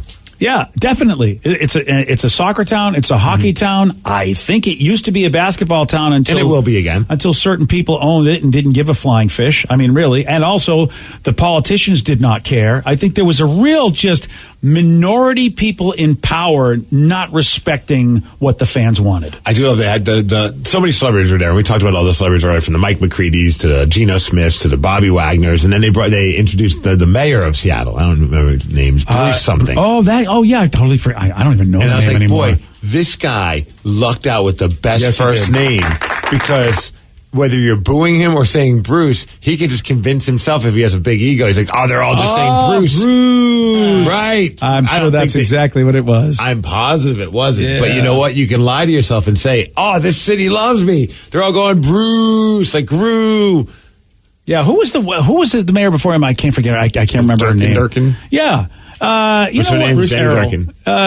Bruce Harrell's our mayor. Bruce Harrell, but I can't remember. Jenny Durkin. Jenny Durkin. Yeah. I think Jenny was really vocal about how she wanted to make this happen. She did. Yeah, so I think she should get a lot of credit. And Bruce, I don't know why people would be booing him, because I don't really even pay attention. You boo a politician. Oh, you always do? Oh, okay. Yeah, it's just a given. Oh, it's I'm like all you about boo that. Gary Bettman. I'm sure if the Stanley Cup was won here this year and Gary Bettman came out, I would be shocked. I wouldn't be shocked if people started booing him, even though he's done nothing wrong to the city of Seattle for hockey. Right. In fact, helped bring a hockey team here. But that's just what you do. Isn't that the worst job? Being a commissioner of any sports? Every 2 weeks when I look at what I get in the mail or in my direct deposit, I think it's a pretty damn cool job. I didn't know. When did they make you the commissioner? No, I'm saying, why would I hate being... yeah. Isn't it the worst job? I'm like, no, it's not I thought you were talking about it like I was talking to you. Yeah, I get it. I totally misunderstood. Which one of us didn't get sleep last night? I feel it might have been me. BJ's still hungover from last Friday. Well... I'll say if I'm rich as F, I don't care if you like me or not. See, you don't have to... do you realize you're not like normal people? Who? You. Me? Yes, because you don't get bothered by anything except that I won't listen to... All right, here, I'll try it this way. Imagine you're the commissioner of... imagine you have a job... and your job is to make me listen to 10. Yeah. Wouldn't that be the worst job of your life at that point? Well, yeah, I live that, man. All right, that's what I'm saying. I mean, most people don't want to go out there and get booed a lot and here's the thing, you're the fall guy for a bunch of owners who basically are the jerks, but you're the guy that has to look like the jerk even though you have no power at all being a commissioner of any sports thing. I got to imagine those guys, though, they're just so full of themselves and also have so much money in their pockets. They're just like, whatever, you want to make me the bad guy? That's cool. Yeah. I'll go back to my mansion. I'd like to think I'd be that way, but I would take it personally. You get on the mic and go, you know what, F you guys too. I'll boo all of you. Boo I to would. you fans. I'd be like, you think I want this job? The owners are morons. I wish I could do things differently. That would win me over. If Roger Goodell was just like up there during the draft is actually this week. Yeah. And everyone boos him. He's like, you know what, F you. Boo. All of you. You fan out there, boo. I'd be like, man, Roger Goodell's the best commissioner ever. Okay, that's all it takes. Yes. I'm for it. You pick the topic. You guide the show. It is Listeners on the Loose. 206-803-ROCK. That's the number to call. Whatever you want to talk about. More of your calls, more of your texts. We'll take that. At 9:35 on The Rock. BJ and Migs. Mornings on The Rock. 99.9 KISW. What you watch depends on what kind of mood you're in. Sometimes you're craving comedies like Friends or South Park, and sometimes you're more into dramas like HBO's Succession and House of the Dragon. There's also cooking shows like Chopped and Beat Bobby Flay, and even movies like The Lord of the Rings and Shazam! Fury of the Gods. Well, Max is the streaming destination that has the best of entertainment for whatever mood you're in anytime. And plans start at as little as $9.99 a month. Max, the one to watch. Subscription required. Visit max.com. 99.9 KISW, The Rock of Seattle. Listeners on the loose, you pick the topic, you guide the show. 206-803-ROCK. That's the number to call. That's the number to text. Let's go to Dalton in Tacoma. Dalton, you're on The Rock. Good morning. What you got for us today, Dalton? I was wanting to go back to the conversation that you were talking about what you would do with your remains. Oh, yeah, when you leave this earthly realm, how do you want your remains to be dealt with? Well, it's a bit of a mushy-gushy thing, but me and my girlfriend would like our ashes to be, disposed of in space and hopefully form into a star. Why is, oh, wow, that's very grandiose. It sounds expensive also. Yeah. Basically, you want to become a star and have a whole solar system that you power and, basically make people, I respect that. Yeah, it's not bad. Any reason why? Are you guys, fans of NASA? You space, Star Wars, Star Trek fans? Why space? Space, because it's away from other people. And it's the final frontier, BJ. It's away from other people. All right. Well. I don't want my remains here on Earth when I go. I want my remains to be away from everybody. All right. Do you think I should ask why? I don't know. It seems weird. Oh, Vicky's choking to death. Vicky, how would you like to go? Since you're dying right now here, Vicky, how should we bury you? Space too. Yeah, I will send you to space. You know what? My thing is that I don't care what you do with me. I do. Oh, you care what they do with me? Yes. Oh, yeah. Well, listen, have at it. If you I want to turn you into we talked about this before. Have you turned into one of those little sand hourglass things? Oh, nice. Oh, like a board game timer. Yeah. I have no problem with that. I think I saw someone did it. I don't know if they were joking or not, but they said that it doesn't actually work that well. That's what I heard. Yeah. It doesn't go. It goes too fast or something. Or like mix that. me with sand. Just put a little bit of me in with regular sand. That's good enough. Or you makes you into some kind of a game piece. And mold you into that, like a token. Yeah, I know for me, growing up as a big wrestling fan. Remember Mr. Fuji? I don't know if any of you do, but he was a manager, and I do remember Mr. Fuji. He was old school, and his way of getting the screw over the opponent. If the ref wasn't looking, he'd take sand or salt. It was salt, and blow it in the opponent's face and blind them. Oh. So I want somebody to use my ashes as a weapon. That's disgusting. Yes. I totally had this idea for you earlier, too. If I had to guess what everyone would pick. It would be a weapon. It would be definitely in the ring. Since I cheat a lot to win, I want someone to cheat using me to win. And, for Sarah, same thing. If they'd used that, then she could be eaten by the other opponents accidentally while they're blowing her in there to. What kind of weird stuff do you think we do in the squared circle of wrestling? You're right. You're totally right. Other humans. Yeah, I didn't realize you guys are a classy outfit. Let's go to Johnny in Lake Taps. Johnny, you're on The Rock. On the same subject, holy cats. Well, when I go, I'm going to go quietly in my sleep, not like all the other screaming passengers in the car, or like Ellen DeGeneres, face down in Ricky Lake. Is that a joke? That's a joke, right? There we go. Thanks, Johnny. Okay. Good job, Joe. Yeah. Joe, that's... I didn't know you were taking people to open mic night over here. Well, he led with he wanted his ashes to be spread in Maui, but I guess we skipped over that part to the jokes. Yeah, he basically just tried to get through. Yeah, I don't think he ever had intention of doing that. Hey, Johnny, first off, how about a reference that is something that somebody knows, like Ricky Lake? And secondly, how about you not be an idiot? What do you think about that? Russ liked it. Yeah, well, that's because he's Mr. Unlimited. Mr. Unlimited. Mr. Cremated probably is how he wants to go, right? Yeah. Yeah, okay. I mean, Russ, I think he said he really liked it, though. Did he really? It was tremendous. All right, there we go. Yeah, thanks, Russ. Let's go. Shall we try Joe and Shelton? Are we going to take a chance? Yeah, why not? Does Joe want to be Joe probably put him through because his name's Joe. Oh, that's what it is. What do you want to be? I want to be in Ricky Lake again. Okay, great. Joe, what do you got for us, buddy? Hola, fellas. Hola, Joe. Hola. Don't forget the Men's Room Afternoons right here on The Rock. What you got? And Vicky. Yeah.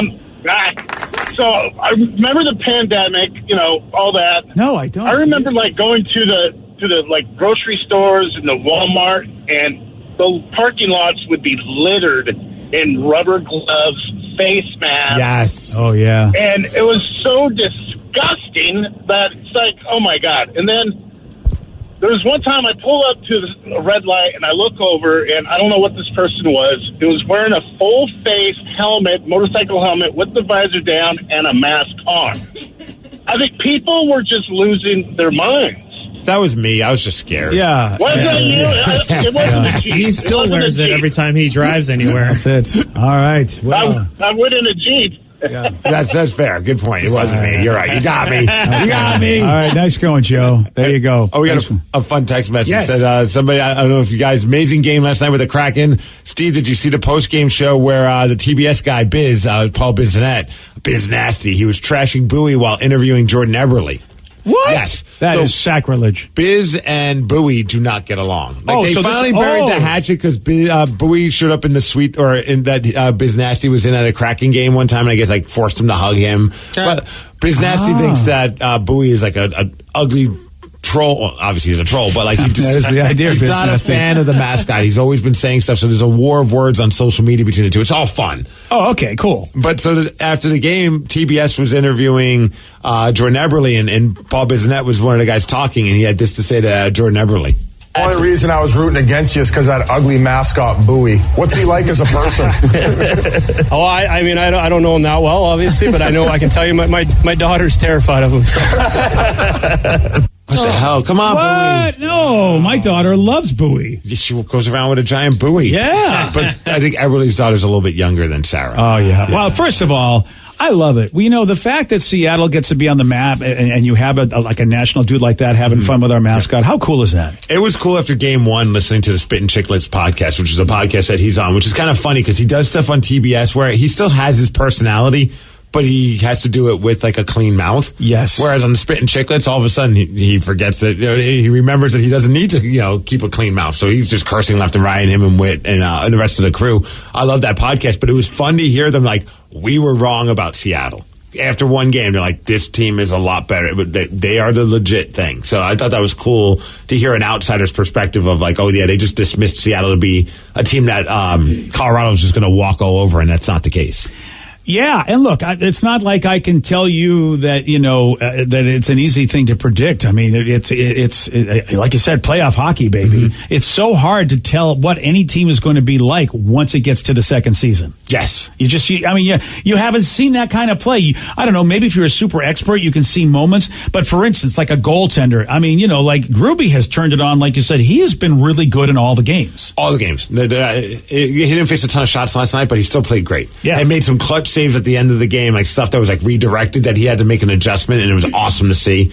Yeah, man, it's been a fun 4 games so far for the Kraken. And if you watch the replay on those goals that Gruby did let in, they were hard goals, man. One of the best players on their team. Yeah, I mean, I couldn't even follow the puck in slow motion, and you're asking Gruby to make that save? Yeah. I mean, when it's in slow-mo, and I'm like, I need to have it even slow down even more to figure out how the hell that puck got where it got. It's funny because we got an Uber from Climate Pledge on Saturday to Cap Hill, and we got into a conversation with our Uber driver about the exact same things, which our Uber driver was very opinionated about how Gruby needs to be out and Martin Jones needs to start he's every game. Still saying it now? Oh, yeah. Oh, he's high. That, yeah, I know. He's on crack. And he's high. My Avs friend, Chris, it was like to the point of just like, that's your opinion, and it's wrong, but I'm gonna let you go ahead. Yeah. That's all I'm gonna say about it. And the guy got all mad, and he's like, well, the other thing about this team here is just Bowie. What the hell is that about? At that point, going on about it. And I was like, you know what?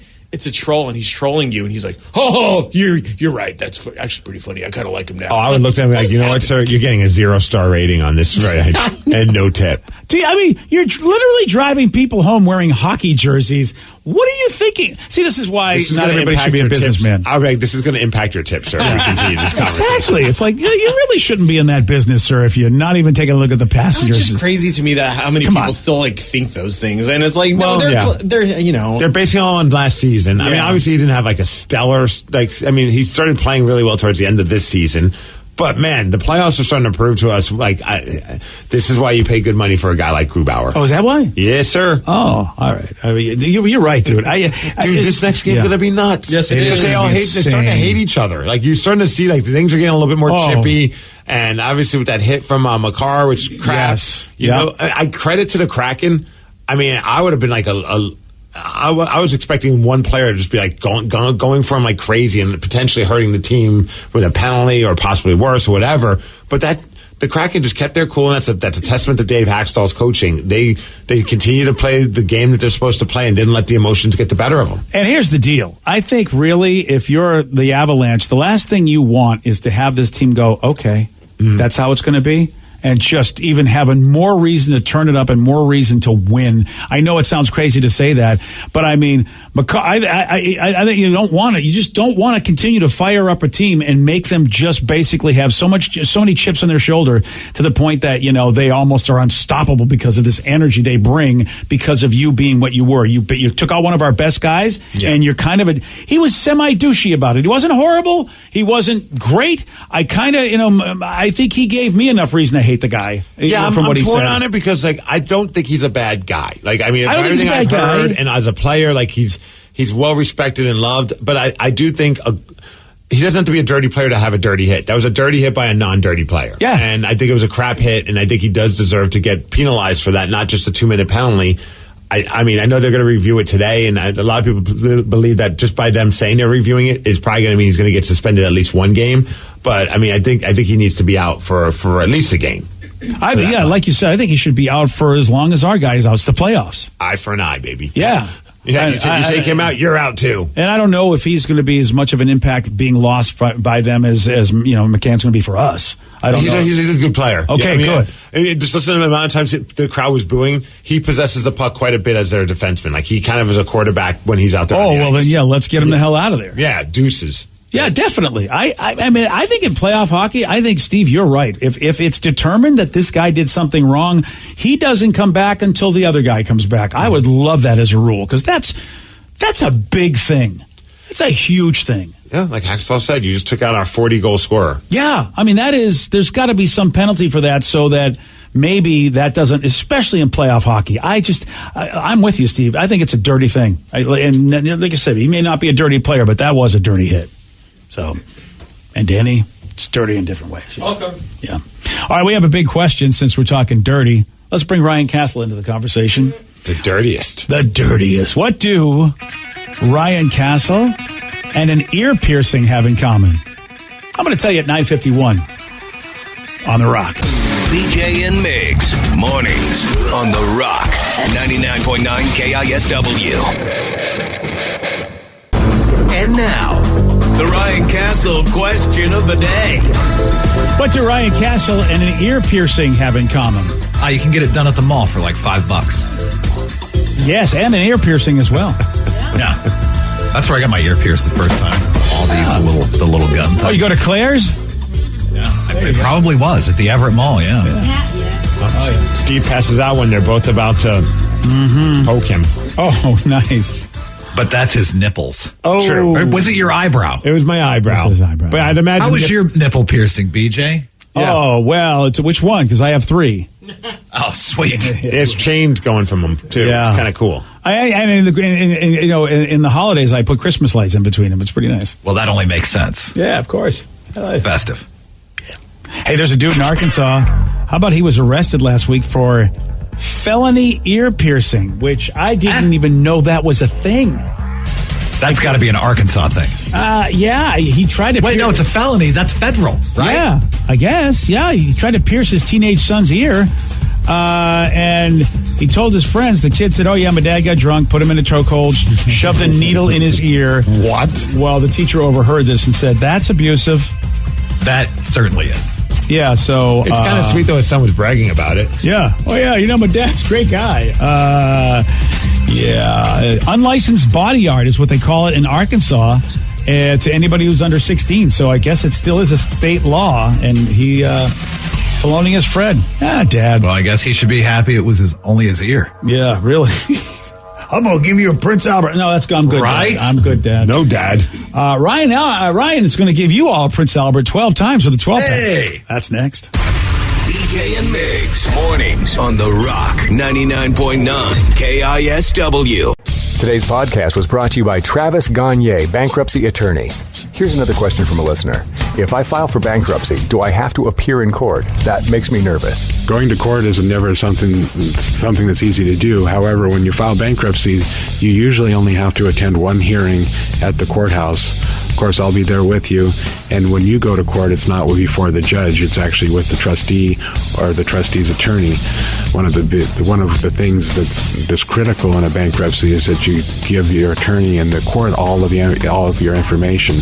You list all of your assets and all of your creditors. That's what we're trading for your discharge, is your true and honest disclosure of your assets and liabilities. And so the court hearing is just usually about a 5-minute deal where you show up and reaffirm and swear that all the information you've given the court and your attorney is correct. Thanks, Travis. If you have more questions about bankruptcy, you can reach out to Travis anytime at choosetherightchapter.com. That's choosetherightchapter.com. Thanks for listening.